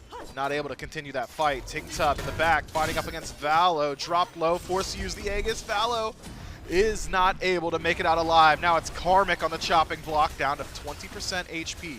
CaptainTwig just soaking damage from Ruedy. The rest of his team not healthy enough to stick around, and so it's going to be a pick on Valo into a reset. But you also pull the beads and ultimate off of Happen. So if Team CaptainTwig can reset, get back to that Fire Giant, they're now in a position where they can almost enforce a conveyor belt of death on a Team Ruedy. We'll see if that's the call. ADCs tend to tell the truth about where the entirety of the team is going to go. So if we see Tingtub start moving over towards that right-hand side, I think we could be looking at another dance around the fire. I need to see Elder at farm is what I need to see. Level 14 Bastet is unacceptable on the winning team at 18 minutes. It just you're prioritizing scrapping just a little bit too much. You're 3 levels behind Valo, who has not been, alive as long. 1 extra death, 3 total. So you need to just focus on farming a bit more. Don't get me wrong, in the right place at the right time, helping out the squad, but I think has been foregoing a lot of farm in place of his team. Like Seahos gets to solo the red buff because Elder's never there on time. Finally jumps over to 15, but Bastet, level 20, upgraded starter items, so impactful in this meta, and you gotta make sure you're on those camps a little bit early. Ult comes through, not too much damage, but Seahos is gone. It looks like Team Ruedy wants to die the tower. CaptainTwig, he's the next one to fall. Just too grouped up where Team Ruedy and Team CaptainTwig could not stand up against him. Seahos much too far forward, loses his life, and it's the 3rd Fire Giant pool in 19 minutes. With this one, I think, has a little bit more weight behind it. No defense attempt from CaptainTwig. Instead, it's Team Ruedy just going to grab it uncontested. Only if you're going to decide as a consolation prize, at least line your pockets, while the rest of Team Ruedy get a Fire Giant buff on all 5. Oh, this is clutch. No way. Can they fight, though? That's the question. Karmic jumped in. Can you even kill Karmic? Not It'll a lot take of a while. damage. Oh, the root missed. Hold you on, need that. hold The on, Medusa horrific. ult missed too? Did I just read that right? Didn't use it. Excuse me. Yeah, that was horrific. Karmic. There it is. Just knocked down. Fire Giant off one. That goes hard. Yeah, Good for CaptainTwig. I said that was clutch until I realized it was only 2 members of Team Ruedy going to defend the Oni Fury. Like, the 2v3 was just not enough. Now you want to talk about clutch. That's just the aggro thing. Oh, okay. I thought you were going to tell me what was clutch. Maybe No. the Pyromancer. Is that clutch? No. Maybe grouping up and going for a tier 2 tower, or is it an engage at a red buff? What is the play here? Just go for a wrapper and see what you can find? I don't think you stop backs. Yeah, tier 2 with Oni minions. That is the No clutch way. play. CaptainTwig is here. Tier 2. Should be going down for free. Elder's got the backup just in case anyone goes for an ambush. And they're happy to take that one. And they got the tier 1 over and left. Man, Team CaptainTwig, they're getting more gold with this Fire Giant than Team Ruedy is so far. And Team Ruedy will be able to knock down that tier 1 and did. Valo should be able to do it. You'd really like him to knock down the Bastion first, but beggars can't be choosers, and the entirety of Team CaptainTwig hovering nearby might dissuade him from dedicating any abilities towards the Bastion itself. So 100 gold fades away into the ether, but totally fine. Team Ruedy maintain Fire Giant on 4, so should be able to start up their siege, and that is a lot of damage. See you later, Bojo. There's just no way he lives. He's living every single day of the week. That's ridiculous. So he has this ability that lets him, like, not die. So that was Yeah, probably... I'm seeing that, but, like, it didn't even get procced. Well, because, yeah, Happen could have ulted, but you just would have got a reset, and it's like, that's just not worth it. So He got a reset, but his, like, dash was down. I mean, I'm just proud of Seahos for not beadsing. If I see my Kepri root me off of the Sikkim, I'm definitely beadsing and running away. And doesn't end up getting hit by the Crush, so lives to see another day. Dr. Bojo was the target. Trade still ult for Kepri ult, a worthwhile trade for Team CaptainTwig. Get to stay back and try and go for the defense here at the tier 2. Like I said, starter items still, the targets happen close to 20. Seahos a little bit away. But Dr. Bojo was able to go back and upgrade that Spartan flag, which will help out. Support starter is nothing to sneeze at. Yeah, looking at the composition from Team CaptainTwig, I think the best defense is a good offense. They're going to wait for Team Ruedy to step themselves up and then go for the all-in. Elder, buddy, that is just not looking good for you. Jump back, buys a little bit of time, but Valo's faster, has more abilities. Dash connects, goes through the cat to reset it, to close up all that gap. That is tough stuff. Elder just needs that farm. I mean, you've been saying it. I'm gonna echo that sentiment. Finally finished the Heartseeker, but level 17, 3 levels down, 3 off starter. Was going to farm, though. He was like, I'm just going to go clear tier 2. And Valo said, you will not. I will be 1v1ing you because I have Bumpasphere. I got my starter. I am level 20. Did use a lot to confirm that kill, but there was no one nearby. So, unfortunate for Elder. Won't be farming for at least 15 more seconds or so. And we get to see an attempt at the tier 2. Team Ruedy has not left this spot. They have Fire Giant, at least for a couple more seconds, and they want to try and make something of it. The pluck onto Dr. Bojo. Can they find a kill? Dr. Bojo dropped low, gonna have to ult himself, but does not. Instead, goes to the grayscale. Seahos returns it on to Valo, who did not have his ultimate available. Seahos is done with this team fight at a quarter HP, and so the tier 2 tower will eventually fall. Tingtub finally joins his team, but only in time to watch the structure crumble. Slashline stands 11-11, gold lead for the first time this game significantly in favor of Team Ruedy. Just cressing that 2,000 mark, but Fire Giant power play is coming to an end, and really having not knocked down a bird, things are looking okay for Team CaptainTwig. We certainly are. King Baba misses the pluck, but has his team's backup, so won't be able to fall down here. Elder not threatening enough with this build to try and go for a kill.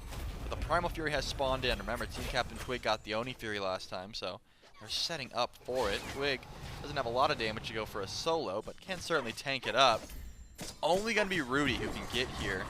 Does he have enough to try and threaten, or will they just give Primal Fury up? I think you're giving this one up, so at least CaptainTwig can try and put that gold a little bit closer to even.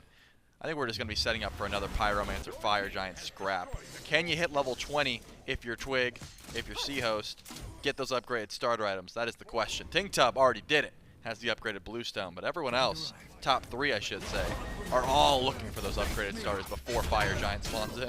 Yeah, 500 gold off for Seahost. Elder still 2 levels off from being able to upgrade his. And, well, CaptainTwig has just now ticked to 20, so should be able to make his way back to base, get himself an upgraded axe. Much better auto attacks this time around now for CaptainTwig. So if he's sticking to his target, he's got a lot of damage to play with. Does utilize that teleport. Concerned for the well-being of the Fire Giant. Hadn't respawned just yet. Gotta think Twig could have just walked in, held onto it for a second life. Instead, we'll be able to get there first. Fire Giant pulled now by Team Ruedy. Burning slow. Again, it's not a crit build here for Ruedy. Instead, just going for standard pen plus kin size means he'll be able to sustain the Fire Giant, especially with Death's Embrace. He'll be able to stick around for a good long while, and if any of the frontliners on Team Twig decide to step up, he'll make short work of them. But the Fire Giant itself, it's going to take a good long while. Team Ruedy much more interested in poking and dealing damage to gods than they are for going at it for an actual Fire Giant DPS race. Remember, King Bop does have the blink, so could go for a blink pluck at any moment. Has been on point with starting off these fights, usually onto Dr. Bojo, who has no beads, got nothing to pick up. He's going to be the target more often than not. I think I'm guaranteed picking up beads if I'm Dr. Bojo, just because of how much Bop is focusing him out. You can also look towards Happen. A lot of poke could have come from this Scylla Soul Reaver, upgraded Pendulum online. One crush over the wall could be enough to open up the fight, but Team CaptainTwig, they're not getting baited because no Fire Giant has been pulled. There's no reason to even be within range at the moment. Twig playing with fire here to get plucked. I would just be at back camps. Even without vision, you can just walk up because you know it's not getting done quickly, but Valo is going to pull the rest of the team back. Even with that, oh, Happens beats down. The Twig's going in. Bob used to pluck defensively, trying to peel out for his own backline. He gets it for free? Gets it for free in mid, too. Mid Phoenix falls down. No initiation from Team Twig. What is happening? They're going for the right side bird. Team Twig has gotten lost in the weeds. Now it's Bojo alone, looking like a bozo once more. Ting Tub falls to Valo, who just went on tour across the map. Team Ruedy, bro, they've completely dominated this team fight. Twig able to fight back, finds one, but instead it's Elder now, turning it to a 2-for-1. Goodness gracious. I mean, Team CaptainTwig, they were just scattered to the winds and eviscerated. Bro, that was so... I mean, you just can't play a fight worse. You let Valo pull the team back. What happens? You let Valo pull the team back to defend mid Phoenix. Then they go in for the fight, which in reality was, what, a 4v3 at that point? Then you see that Karmic is also going for right bird. You lose 2 Phoenixes, and you still lose the 3v5 in the jungle. They had no sort of presence. They got split up, and shouts out to Team Ruedy. They really picked that team fight apart. I mean, Valo's like, there's no one that can kill me. Elder can't chase me down. I'm faster, and no one's going to stop me from getting this bird. You guys just can't lose the 3v5. And the fact that he even said that and was confident about it is crazy, but they didn't lose it. I mean, it really was just as ugly as it could have been. Right. They decide to defend the Mid Phoenix too late. The decision happens as the Mid Phoenix is taking damage. Just it's fall either back, we're fighting or we're defend. stopping that. Yeah. Right, and there was a disconnect. I feel like 2 members were backing up to defend. Yep. Twig says, I'm going in. He jumps into that back line. There's a defensive peel there, and then it's a completely split engagement. Valo walks through after taking out 2 birds and instant kills somebody. Yeah. I mean, that fight goes as poorly as possible. And the question I was wanting to ask is, who's going to stop this Lancelot in mid? You know it's not going to be Elder because he lost that 1v1 last time, but someone had to do it. No answers found. We're going to have to figure out who's going to LAN after this quick break.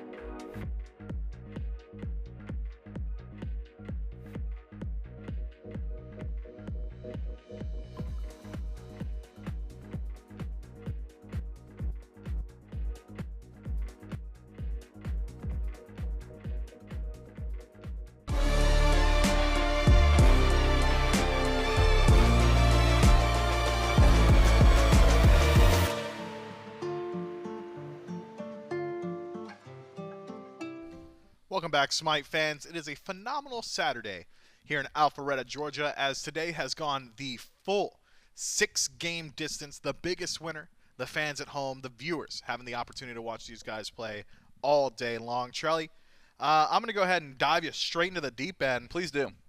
What went wrong? So I will say, well, that looked a bit rough towards the end. That last Fire Giant, we'll call it a Fire Giant fight. It was more so just a split engagement. But I think that can only happen when your team is so far ahead that the enemy team can't decide whether they want to take a split fight or go back and stop the split push, something like that. So Valo runs up mid. He says, I'm going to go for Phoenix. Someone's going to back and stop me, and then we can ambush them and you guys can get free fire. And then Team Captain Twig says, okay, if someone does go and stop him, they're going to lose the 1v1. If we fight them 5v3, we still lose. Oh no! What do we do? Checkmate. Right, exactly. So I think that can only happen when Team Captain Twig feels so unconfident that they can win the 5v3 that they sort of panic and get stuck in between the pincer maneuver. So I think the first thing you do is find better farm. Right. If you're able to find better farm, you're not worried about losing the 1v1 underneath your Phoenix, and then you don't have to get sort of tore apart there in that engagement. I think that's where things went wrong. It wasn't as if Ting Tup was that far behind. Wasn't as if Captain Twig was that far behind. They had some answers, but I think Valo was able to do a lot because there wasn't too much threat from Elder. This Bastet pick was more so a team fight presence, not really that 1v1 presence, which sometimes you need. A jungler that can just say, hey, I'm not afraid of the other guy. So maybe look for a counter pick to Valo. Could be a good start. Save Elder's pick for later so he feels more confident in that 1v1, because if he's able to just sit under Phoenix and take that trade, maybe the Fire Giant fight goes a bit differently. Yeah, I'm thinking also there may have been a difference in relic selection. Had Elder elected to go Beads Aegis. That's fair. I'm thinking it just goes much better. There is this unwritten rule in junglers where you need to build Blink or you're a coward and you'll get made fun of. 100%. Unless you're playing Bastet or Thor. And Yep. then it's Beads Aegis, because it's they just don't necessarily use Blink all that often. When's the last time you got blinked on by Thor and was like, man, that was a sick play. that's what he needed. He needed a blink on me there, or Bastet blink claw. It just seems a little bit strange to go for that relic. I mean, I'm getting blink on Bastet anyways, but you're right. It would have done a lot better there. I think the Grand Joust was a big issue in that 1v1 as well. If you're not feeling confident with Huntress of Bast, which, let's be honest, we've all missed that ability a couple times, you're not able to use that CC immunity during the ult. So you might want to find another way to try and live through that ult, and Aegis would have been a good option. But I don't want to go too hard on just picks and bans in general when I think what led up to that. That wasn't a losing composition as far as I'm concerned. It was just played a little bit on the poorer side. So game number 3, everything's on the line. Do you want to go to LAN, or do you want to try and play for your chance to go to LAN tomorrow is the question. Because you want to go to LAN. You want to we go know the answer. Yeah. Just win. Do you want to go now and just guarantee it and say, okay, cool, I'm going to kick up with my feet and chill tomorrow, or do you want to get locked back in, which is already difficult enough, and try and win tomorrow? I don't know. What happens when a caged animal is pushed against the wall? We don't have to find out if you just win now. Game number 3. Against the wall, What? Then it's just against the wall. But yeah, it's okay. So it's like 3-sided cage. 3-sided. You got a triangle cage? Right, and now you're up against the wall. Which wall? Probably that one. Like on the triangle. No, so I'm saying if it was a full cage, you wouldn't need the wall because you're already in the cage. You know what I'm saying? No, not at all, bro. So there's no what? there's no wall if you're just Don't in a look cage. at that. Look at me. There's what no- are you saying right now? If you put an animal in a cage, there's no walls. It's just cage. No, their walls constitute the cage. Would you call a cage a wall? If I'm in the cage and I'm looking around, I'm like, man, these walls are stopping me. I mean, I suppose, but it's a cage. There's mesh. You can reach your hand through, maybe your fingers through it, Not always. Depending on the cage. That's what I'm saying. There's walls and there's cages. Okay? Yeah. And we got to figure out what they're going to do. Are they going to be against the wall or are they going to be in the cage? Let's find out as we get into P's and B's. Man, they put me up here with dummies today. What? That is Everything I crazy. said was cooking. No, it wasn't, bro. Okay. I don't even know if I was supposed to call for P's and B's. No, No. I think they were ready yet. I think Yeah, we're good for P's and B's, Trelly. You I jumped- know when to call for P's and B's. Watch this. But he doesn't if have if we're not good for it, why are we going into P's and B's right now? Then why? You know that, but you don't know what a wall is? I know what walls are. I don't think You're so. saying some dumb stuff. I'm- If I put 4 walls around you right now and say you can't leave, you're in a cage. I'm more in a box. I'm just saying, if there are 4 walls, it's a box. If there are 4 mesh linings, it's a cage. Damn, dude. Damn. Yeah. I didn't mean to do that to you live on air. But it had to be done. I don't have chat open, but I bet right now they're all saying, preach, Trelly's cooking. I would never have chat open. What is Trelly yapping about? What? Trelly can't be shocked at this. It's called a cage wall. What do you think cages are made out of, Trelly? Billy's asking about isosceles triangles. Whatever, man. Just because I'm not about to sit here and preach to you all about Pythagorean's theorem. I'm not about to sit here and have to defend my dumb opinions to thousands of people. It's not my fault you're all wrong. There's cages and there's walls. walls. All right, answer me this. Okay. Is it Nick Wall or Nick Cage? It's Nick Cage. I rest my case. Right. P's and B's for game number 3. Thoth, Sobek, crazy. I expected Team CaptainTwig in the first pick for the first time so far this set. They are in a position where they could try and grab the Charybdis for themselves, so Team Ruedy forced to ban it away right now. I guarantee you they will. There is a 0% chance that they don't. And if they do ban Charybdis, then I'm right, and Miff has to agree that cages are walls and walls are cages. Wow, wrong again, man. What are the odds that you're just going to, take 50 shots and only hit one? What are the odds of that? That's so crazy. Guys, that's so crazy that he was wrong again. No, it was Kama's odds. You were close. The Charybdis, it was coming up. It was going to get picked by Team CaptainTwig. Do we have to? But you were wrong about the cages and the walls. Can we just accept that they're trolling by letting that Charybdis through? Can we yeah, that's fine. As a squad, can we accept that? Yeah, I'm with you. Because I've seen Charybdis nothing but cook so far this set. And Yeah, don't get me wrong, yeah. Kamazots does too. That's fine. We'll have to see. If Ting Tub pops off and carries, then I rest my case. If he doesn't and Team Ruedy wins, then I will be wrong, 51 times then? Yep. And all my credibility will be lost. And Crazy you think you have any right now. it'd be wild to see me back on this on these sets tomorrow.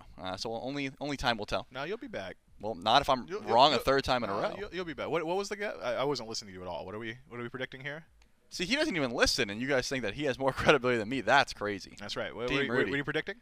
I said if the Charybdis pops off and Oh, okay. What do you think? Give me either of these next two picks. for Team Ruedy, Yeah. I mean probably. I'm trying to think of this. Just give me one. Far. I don't care which one it is. Just give me one of the two. I'm thinking Lance. Lance. That's where I would go That's if I was crazy. Team Ruedy. That's crazy. You think it's Lance, huh? That's just. I'm just saying that's where I would go. I would also go for Lance. I mean, Valo kind of cooked, but Oh, that's a good call too. That was a good shot. It's okay. It's okay. I could still be half right. Ooh, you are stinking it up. Ooh, you're a little stinky. Oh my god. Production, we're gonna need a diaper change on set here because he's made an uh-oh, and it's stinky.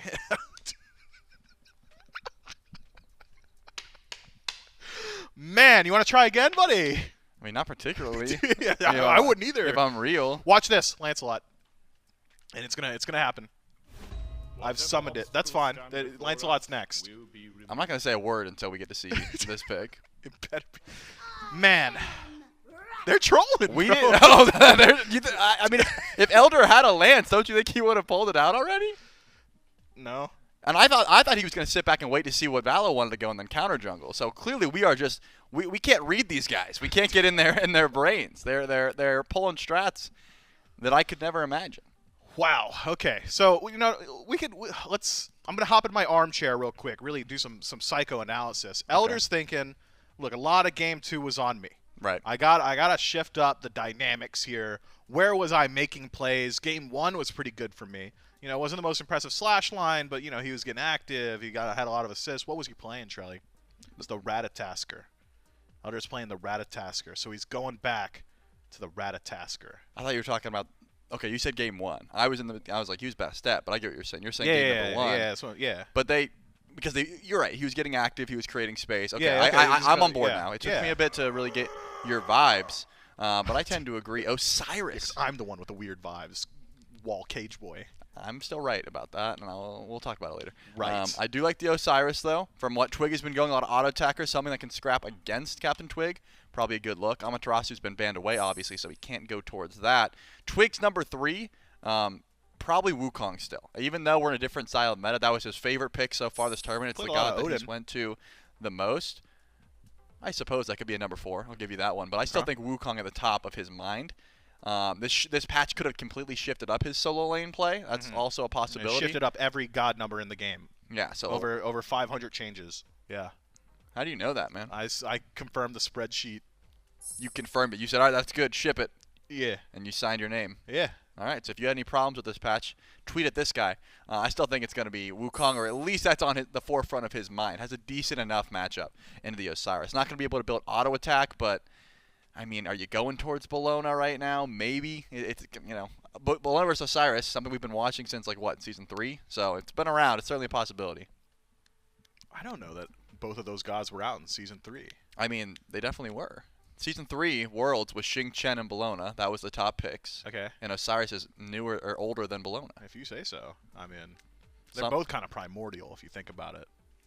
I don't mean age. Oh, you weren't talking about the lore. I just mean in okay. SMITE currently. Oh, okay, cool.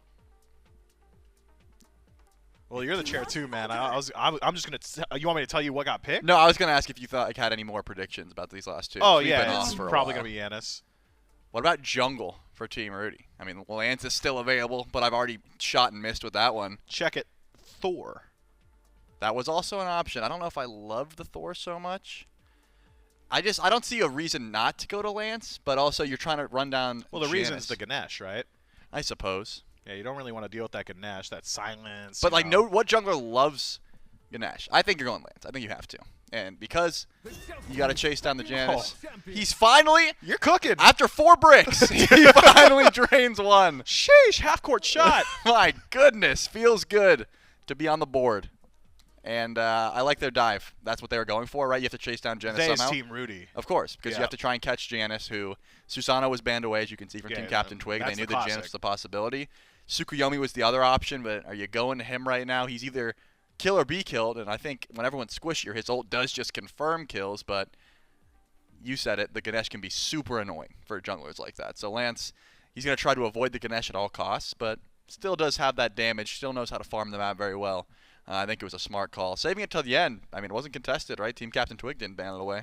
Yeah, speaking of Team CaptainTwig, this composition is interesting in the team fight phase. It feels like there's going to be struggle in initiation. All of their initiation is single target, barring Mulan Ultimate. I mean, you could throw out the Dharmic Pillars from range and say, all right, damage them now, but you're not really having the blink knockup from a Sylvanas or what we've seen from Cucullin throughout the day, or even the space control of something like Lancelot in the Grand Joust. So I think Team CaptainTwig probably going to play a much more pick-focused composition, leverage the mobility of Ratatoskr and Yanis to kind of do this hit-and-run style. How do you feel about their odds come team fight phase? Do you think that Team Ruedy's got decent enough answers to that hyper mobility? Do you think there's enough damage on the side of CaptainTwig? What are your predictions? I really do lean towards Team Ruedy just on basis of team fight alone. I mean, the global presence, we already talked about it. Bring the fight to them. You don't have to worry about globals. And more specifically, I've seen King Babab's Sylvanas before. The man very rarely misses. You called for it in game 1 too. Yeah, I'm glad it finally came through. When LAN was on the line, Babab came running to his Vanus, and there's a couple pulls this game that might surprise you, where you're like, there's no way, and he hits those. So I hope that he's playing up to that level, because that's the kind of initiation you're going to need here. You already mentioned the blink ult, which is certainly a possibility, but you don't want Lancelot being your first one in. You could have Osiris blink in, tether, and then ult after, but Lord of the Afterlife's not going to be your favorite initiation either. And if you don't lock down Janus, he just free casts during a team fight. It's always just throwing unstable vortexes over the wall, and that is super annoying. So the pull is going to be instrumental in Team Ruedy's just team fight regardless. So not only do I hope he hits them because they're fun to watch, he kind of needs to hit them. Yeah, I think a lot of this game is going to revolve around the cat and mouse game with this Yanis. Is he allowed to portal through walls and go for infinite poke, and nobody's going to be able to chase him out? This Lancelot, he's not the worst at chasing down a Yanis, especially with Grand Joust locking down massive cripple fields, making it impossible to go through some of those walls, but not exactly the best at knocking down a Yanis either. So I think Team Ruedy, it's all about whether or not they can jump on a C-host. We'll figure out whether or not they're going to be successful in their endeavors as we jump into game now. Team CaptainTwig, on the other hand, it's all about that hit and run. They want to do a little bit of damage here and there. Death of 1,000 cuts style team fight. Maybe Elder can secure some kills, or CaptainTwig can leverage the massive damage output that Mulan has. Also, Mulan, one of the best lane bullies in the game right now, especially since the 9-5 revert, just has so much kill potential in lane. What is it, Cross Strike at level 1 does 130 damage or something ridiculous like that. It really is a highly threatening pick. I think it's even more than that, to be honest. Yeah, 75 and hits twice. Yeah, that's not even counting which is at scaling. least 120 damage. That's 150. That's what I'm saying. Yeah, so you were spitting there. Oh, God. But you do need to get the upgrade before you're really finding kills, because Osiris, he doesn't care about 150 damage. He's got Warrior's Axe. He's going to heal that up. He's got 4 Osiris potions. has 800 HP right now. And counting the procs he's going to get, the ease of poke, it's quite annoying. So Are you going to fact check the HP? Count the blips. I mean, I think he's probably closer to what, 7? That's like 650. 750? Because he started Cudgel, which is 75 HP. Oh, he's 648. 650, yeah. I'm thinking he cares about 150 damage, man. I'm telling you, just wait until you see him get his Warrior's Axe procs. Okay. All right, we'll see. That's 25 HP every 5 seconds. Don't fact check me, but I'm pretty sure. Fact check him. I'm pretty sure Karmic and CaptainTwig have been where First Blood has occurred both games now. No one's gonna be able to fact check And it's been at the first buff spawn, where it's been like, oh, level 3 junglers come over. I know for a fact Karmic dropped the First Blood on the CaptainTwig in game 1 by dashing through him, and then Valo came in and got the First Blood anyways. And then in game number 2, we watched. I'm trying to think exactly what happened. Why do I have the First Blood in first game? Either way, I expected low health bars from the Warriors and then the jungler to come over. So we'll see. And I think already Karmic's showing he doesn't really care. He's so dead. There's no way he's gone. Twig, bro, you tanked archers, got dropped to 30%, reset the archers, and said, let me at him again. Crazy how he didn't care about that HP, and Karmic just got First Blood like it was nothing. Bro, Twig's doing something, man. I couldn't tell you what exactly, but he's... Oh my God! You got anything? Elder still has Blink. No, already used it. Can't find the kill. That was Burst. That was Conduit. That was no beads from Valo. Then those vortexes are unstable. You couldn't find any stability in those vortexes. Vibrant Shard, yeah, man, that's a lot of. Do it again, you'll kill him. Twig already teleported and is already losing the. I guess that was okay. Dude, Karmic teleported in the tower. Ah, jeez. Yeah, we're seeing, and this is what 9.5 revert brings. By the way, we actually see fighting on all 3 lanes. I mean, if there was SPL sets that we casted last year, like last year, where it was shut no up, fight shut until up. 20 Shut your mouth. Karmic, he's in trouble. Defense shred. Does he care about the fine. 150? He doesn't. He fine. doesn't care about the 150. I tried to tell you. Oh my God. Can't believe you told me to shut up for that. I was so chill. I was kicked back. I had my Bro, hands behind my where head. was Elder? He could have been autoing in there, Nah. Twig was autoing. Bro did his job. What do you mean? He landed the flurry and he's like, man, sure hope Twig's got it. Yeah, and Karmic said, Shoot. Bro, he me'd all the way back to base. That's just not right. That's not right. This Osiris is going to be a problem. First item Frostbound, I'm thinking, and that means should be getting the better end of the lane phase that means as well. He's slowing. He is slowing. He is getting some HP, some power. Not going to stop either. This Osiris is already threat amongst the map. But, again, there was one man I called out, and I want to see King Bobop hit those pulls. Not going to start right now. You have the option to, but you're not really going to find kills. Rudy's got a lot of damage, but just so much safety. All right, guaranteed has the pull, though. Oh, yeah. At level 4, you got to. Yeah, he's got the pull now. You know what? Just keep me on Bobop. Keep me on him. Give me the Bobop cam, Doug. I'm ready for it. He's hitting this pull right here for sure. They didn't. Yeah, they got the buff. Okay, and they didn't. All right. You can get me. I'm sorry, Doug. I'm sorry. You know what you're doing. He got purple, got out. That's all he was looking for. Doesn't even need the kill. But already level 5 for Elder. Farming the map quite well. Already has a second speed buff, so has the ultimate. Whereas Valo just ticked over to 5, has the Grand Joust. I'm curious where these junglers decide to get active. I did think it was going to be over in solo lane, but because the solo kill came through... Oh, he's so dead. Yeah, Twig, unfortunately in the cripple field. No way. His grapple is upgraded, and this one goes over to Valo. This Osiris just getting the better end of this lane once again. Just can't help but think Wukong might have been better early, but Mulan sort of scales better, so I can see where Twig's mind is. He's going to have to take a while before he's really able to scrap, though. No way Wukong's better than Mulan early. Safer. Safer for sure, That's what I mean. Like just But he would have been in the cripple field, He would have been somersaulted. He would have already been off in the cloud. sky. What Yeah, are you talking dude. about? He would have somersaulted straight into that cloud. He has 72 transformations. You don't think one can get him out of a cripple No, field? dude. Imagine having 72 and just picking 3. Yeah, and being like bird, tiger, ox. That's it. Bird, tiger, cow. That's pretty good. I mean, cow sounds a lot lamer than ox. Which one of the 72 would you have chosen? Because you know them all. Probably snake.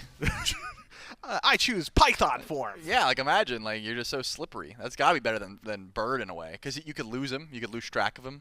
Yeah, they're tiny. I'd choose rat. You are a rat. It'd be like I feel like it would be swarm of rat. Like you're not just one. Oh, rat. that'd be intense. Yeah. You could like give them diseases and stuff. Yeah. I was thinking more like I would climb into their hats and help Steal cook. their cheese. No. Well, you keep cheese in your hat, man. What are you talking about? Well, no, Twig. Oh, he blocks it! Oh no. He's so clean. No, dude. He walked right through him and blocked the grapple. Karmic owns this lane. Oh, Karmic is cooking Twig. It's okay though. Twig's off rolling is the thing. He's been playing solo for the past 3 months. 6 months. It feels like now. I mean, point being, this is what happens though. Honestly, Mulan she gets bullied by Osiris. Most people do. Mulan, once she upgrades her 2, like she can actually scrap, but you're into Frostbound Osiris, you don't have an escape, and does not seem to matter. Pull off the mark. The rest of the squad comes in. Seo's bringing the boys. Oh my god. Are we not sending ult here?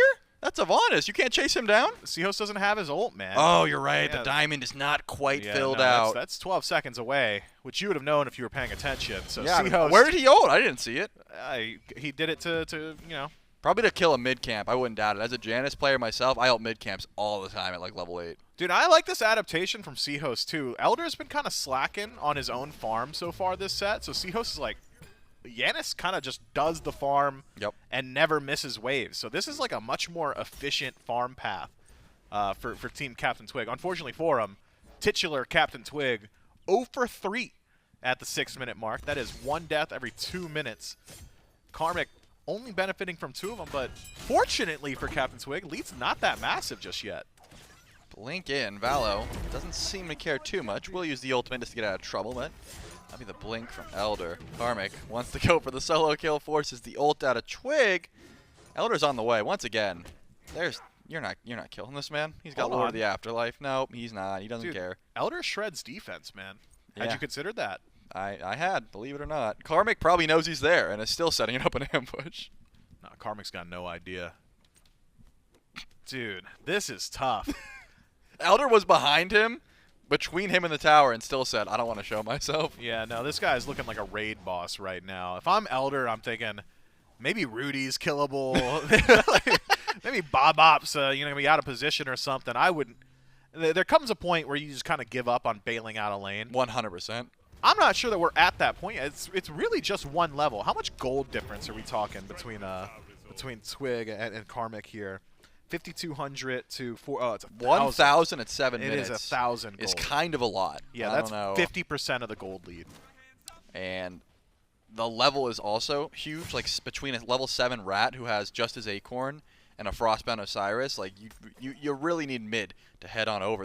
What's this gonna be? Yeah, I guess Elder was trying to get to Ruedy before he gets underneath the tower. Could not find it, so Ruedy's just fine. CaptainTwig getting ganked, but oh my goodness! Yeah. I mean, Valo also swigs, but my 3-0-1, 1-0-1 for Valo. And it's Runeforge first slot. Talk to me about what's going on with the Runeforge. I mean, Blackthorn got nerfed. First Right. of all, 314 from the spit from Ruedy is disgusting as well. There's just so much damage in the game. It's hard to get used to. Yeah, Runeforge isn't going to help him survive much. Don't get me wrong. Yeah, I've played Mulan a bunch in this patch, and I've lost a bit of lane. But when you rotate out, you feel like you're the king again. You know, like once you kill the carries, you're like, I am back to one-shotting everyone. As long as it's not the guy in my lane, I own. So Runeforge is going to help you just absolutely chunk Happen and like Valo. But you just can't fight in lane. You can't fight Karmic. No, not like this. Surely this doesn't get stolen. But the Runeforge. On the way out. Oh, no. Wait, Elder's here. Okay, this Karmic needs It's to fall gotta down. be a kill. Doesn't even have ult here. It's gotta be a kill. 4 His seconds. ult in 3, 2. Oh my God. Oh. Oh, he almost got it. The animation start. If he gets the ult off, The King team is Bop there. is there with ult and heal. Like, that could have been different. Hold on. I don't know that Twig saw Valo, so I'm not sure he knows how many people are nearby.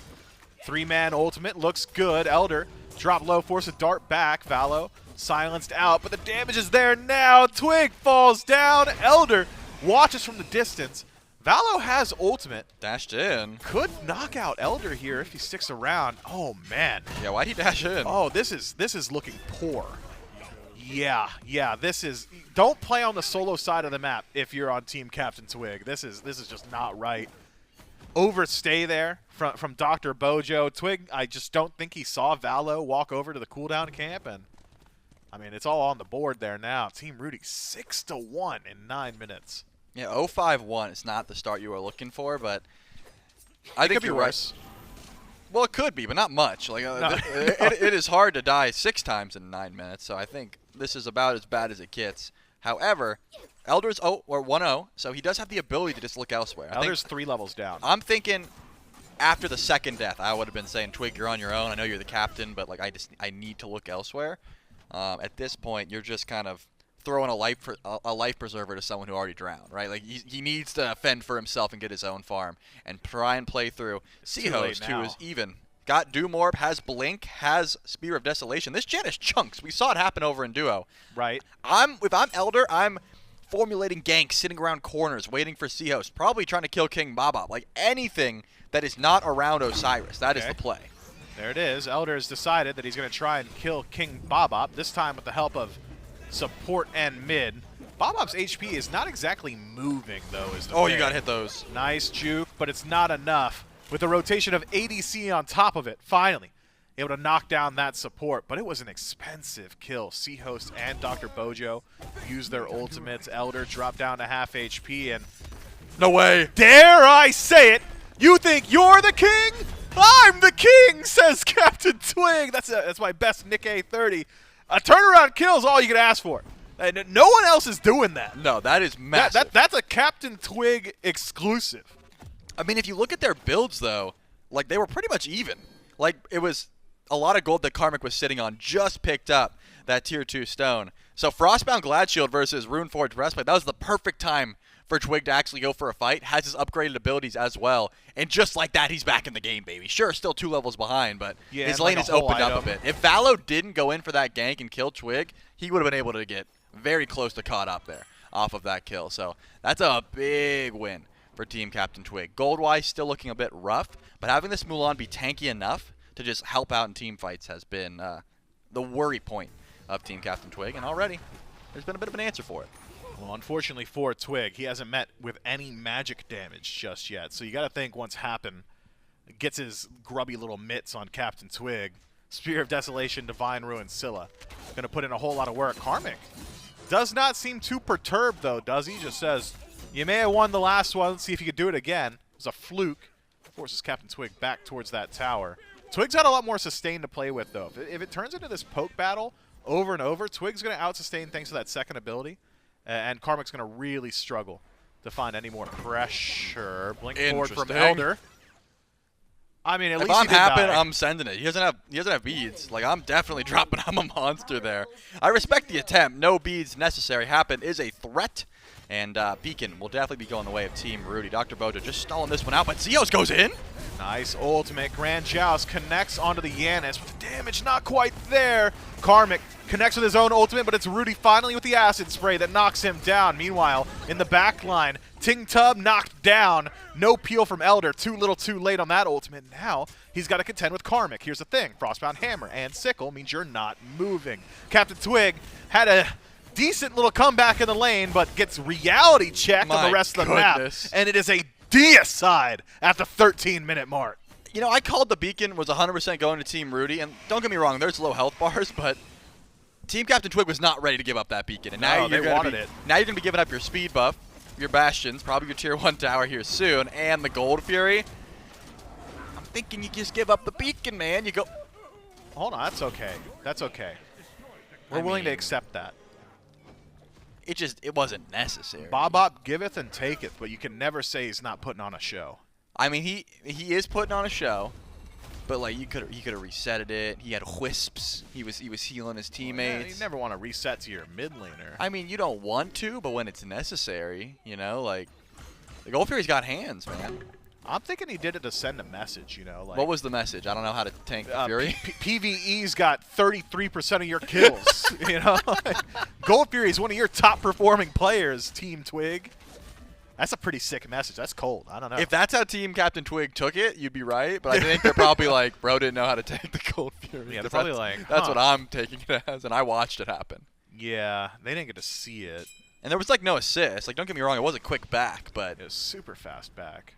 And he's 3 levels up. Yeah. And he's got 3 aura defense items. Mm-hmm. Right. and his jungler's 4 levels up, and his Soul Lander's 2 I mean, levels up. listen, there's a lot of positives, Smith, but I'm trying to. ADC's 2 levels up. You're still going. Yeah, I'm out. I listed all 5 of them. Mid laner's even. Mid laner's dead? Mid laner is chilling, actually. Oh, Mid laner's dead? No. Mid laner's chilling. Yeah. He's not dead. No. He's going. He's still farming. I'm thinking it's a Ooh. turnaround. What yeah. you meant was the jungler was dead, actually. Yeah, dude, Elder just... There's just no world where he has stood up to Valo in a 1v1 at any point in this set. But it just hasn't happened. One thing you can't say about him is that he stopped shooting. No. Elder continuously presses the 4 key. Look, there's 2 deaths that any individual person can experience. It's when you stop shooting and when they stop talking about you. And I'm talking about Elder. 5 seconds left in the grayscale. CaptainTwig tried his best to buy some time. And that's all the time we've got today, folks. Valo knocks him down. Double kill for the Lancelot. Unstoppable 7 in a row. Undying, by the way. They just wanted the Pyromancer. I'm thinking they're going to get it. And they certainly will. Myth did say that's all the time we have, but don't touch that dial because the game's not over. Fire Giant just spawned in 27 seconds ago. Team Ruedy probably already thinking about it. By the way, I didn't have to bring this up because everyone already forgot about it. But I did say they were trolling by letting the Charybdis through, and Tingtup has not joined a fight. Like, bro has just been split pushing. So once again, I have to acknowledge my misses because this Charybdis was not the end-all, be-all pick that we thought it would be. Or I did. Let me rephrase. I thought it would be. There's been a lot of fighting over near CaptainTwig, which I'm thinking you should have fought near the Charybdis. That's just would have been a better option. There was a lot of fighting happening around CaptainTwig, though. So it's like, if it's already happening, you gotta make it. What happens in mid lane? Well, yeah, it happens in mid lane, but it was happening. Oh, that's my bad. You got to enunciate. Charlie, I appreciate your willingness to have everybody judge you by your losses instead of your wins. Because you have so few. Exactly. Yeah. It is rare, so I got to bring it up when it happens. No, this looks good. 4 versus 2, excuse me, favoring Team Twig. Ultimate connects. Now the portal's coming up any second now. All right, they're out. And Valo's on the wing. There is going to be a Fed 7-0 Lancelot any second now in the back I think line. he might take 2 on his own. I mean, you're taking Elder for sure here, even with blink. the blink. Oh, I was going to say, Karmic's here. Why aren't we ulting? Finally, Elder caught out. This is stunning. Oh, 2 there's people. one. Yep, Happen finds one. Where's On Monster? Where's the resets? They got to be coming through. Man, he doesn't hit hard, but he's really keeping them there, huh? Valo hits hard for sure. Charybdis ultimate connects onto 3. You wouldn't believe it. The only reason I know it is because I saw the stun, because the damage simply wasn't there. Already resustained by King Bop Bop. And here's the thing that went under the radar. There's still 4 ultimates available for Team Ruedy. They could just run over Team Twig from this position. Titular Twig going to take the 1-2 combo from Happen. There goes 40% of his HP. Talisman of Energy not exactly doing a whole lot. I'm thinking there's like an entire item in pocket for Happen on back. Excuse me, only 1,000 gold. Just say That's you're a tier broke. 1 for sure. Yeah, just say you're broke, bro. Yeah, Miff said it smells like broken here. Yeah, Can't for pick up real, a full dude. Soul Reaver. Unlucky. Where's the Ob Shard? Hold up.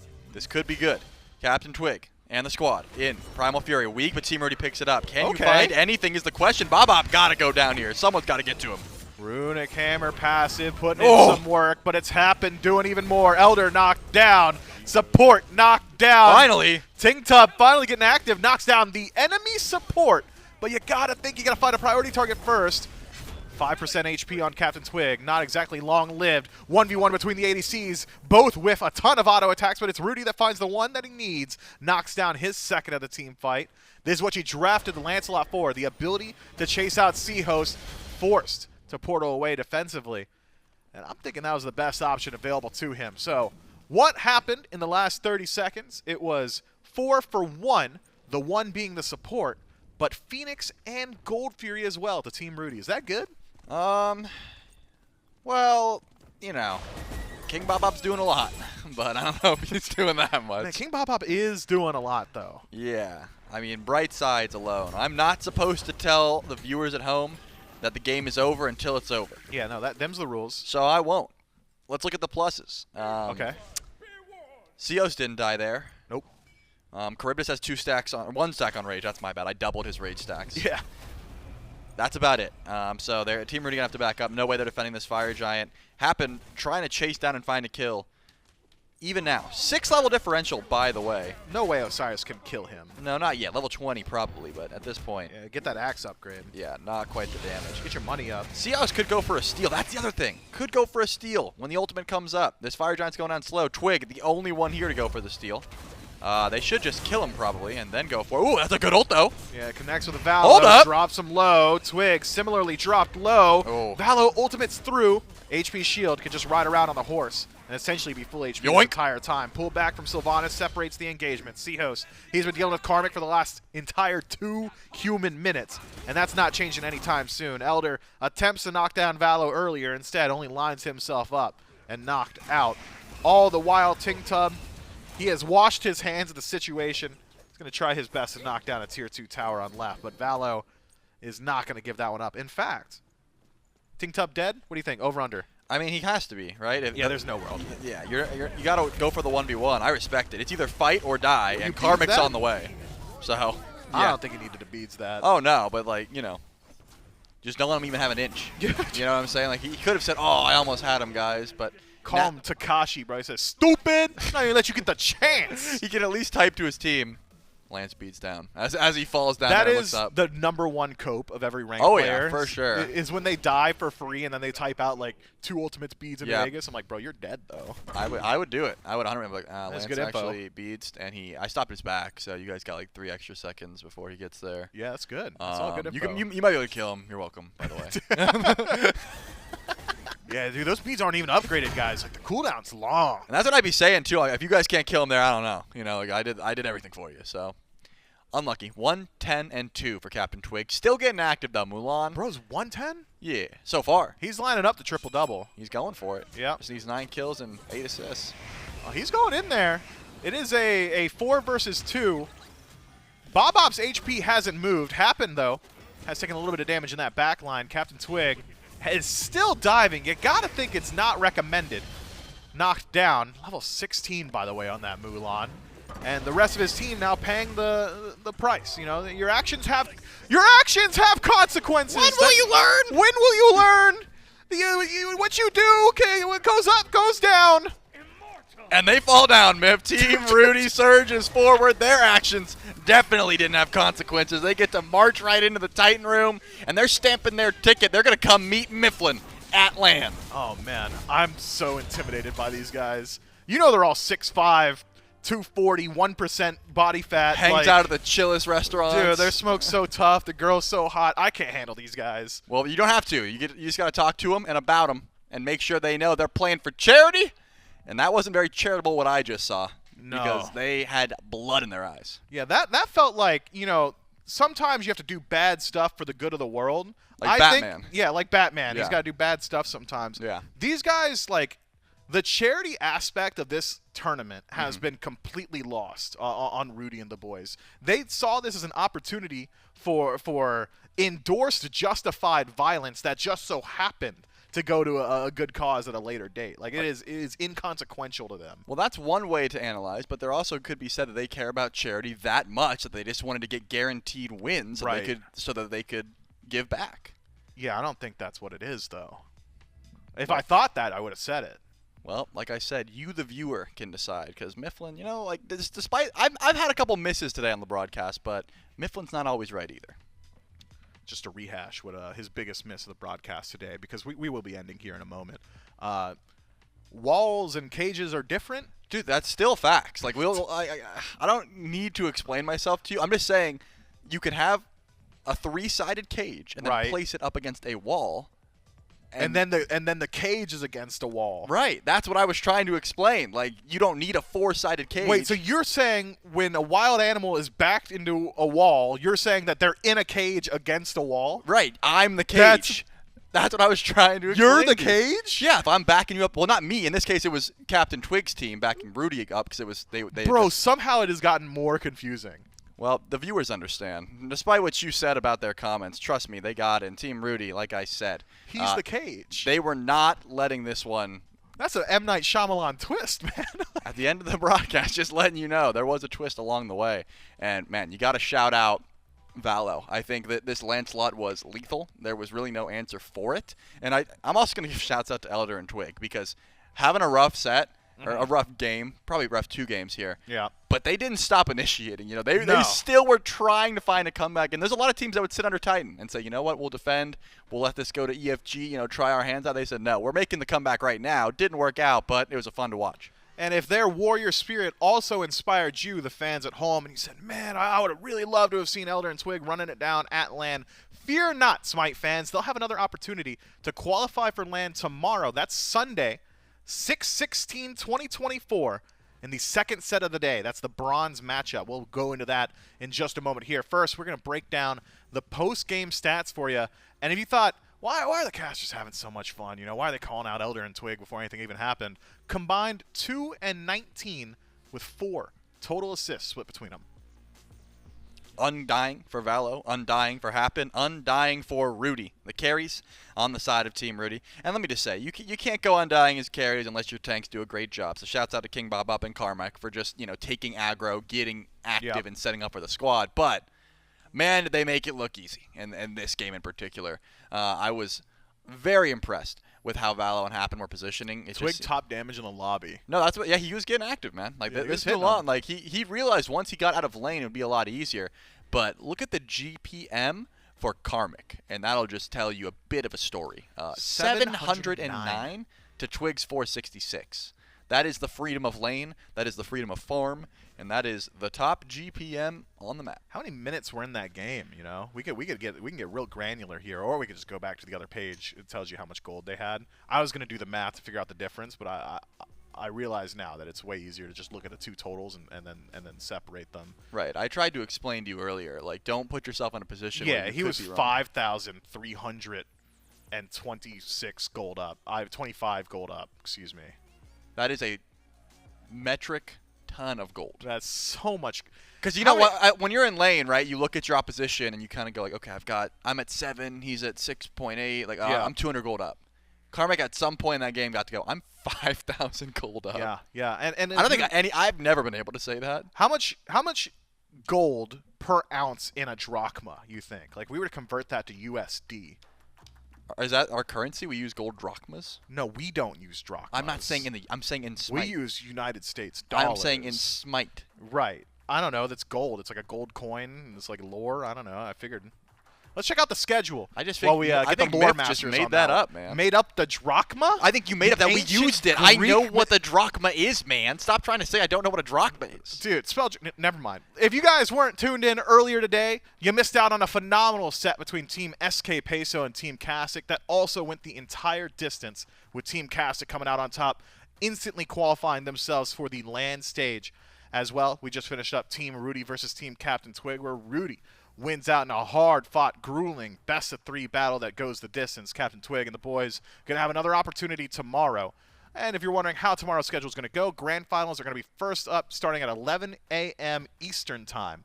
That's just a qualifying match. Excuse me, both teams already qualified. That is a seeding match between Team Kasich and Ruedy to figure out where they're going to land in the LAN coming up. Team SK Peso versus CaptainTwig. That's the big one you want to keep your eyes on. The bronze match, one team goes home. The other team goes to Alpharetta, Georgia to compete for goodies and secrets and charity, snacks, and, well, charity, I suppose, too, yeah, if you're into that. I think that might be the most important one. So Like, if you want to see what happens when an animal gets backed up against a wall in a cage, make sure you miss that one. Or you don't miss that one. And you are the cage. Right. And they're on the wall. Exactly. Finally, Myth understands. It took him a full best-of-3 set to understand. But yeah, you win, you go to LAN, you lose, you go home. That you don't want to miss that set either. Should be an absolute banger for you. Should be. But that's all the time we've got today. That's the second time I've said it, but it's the first time I've meant it.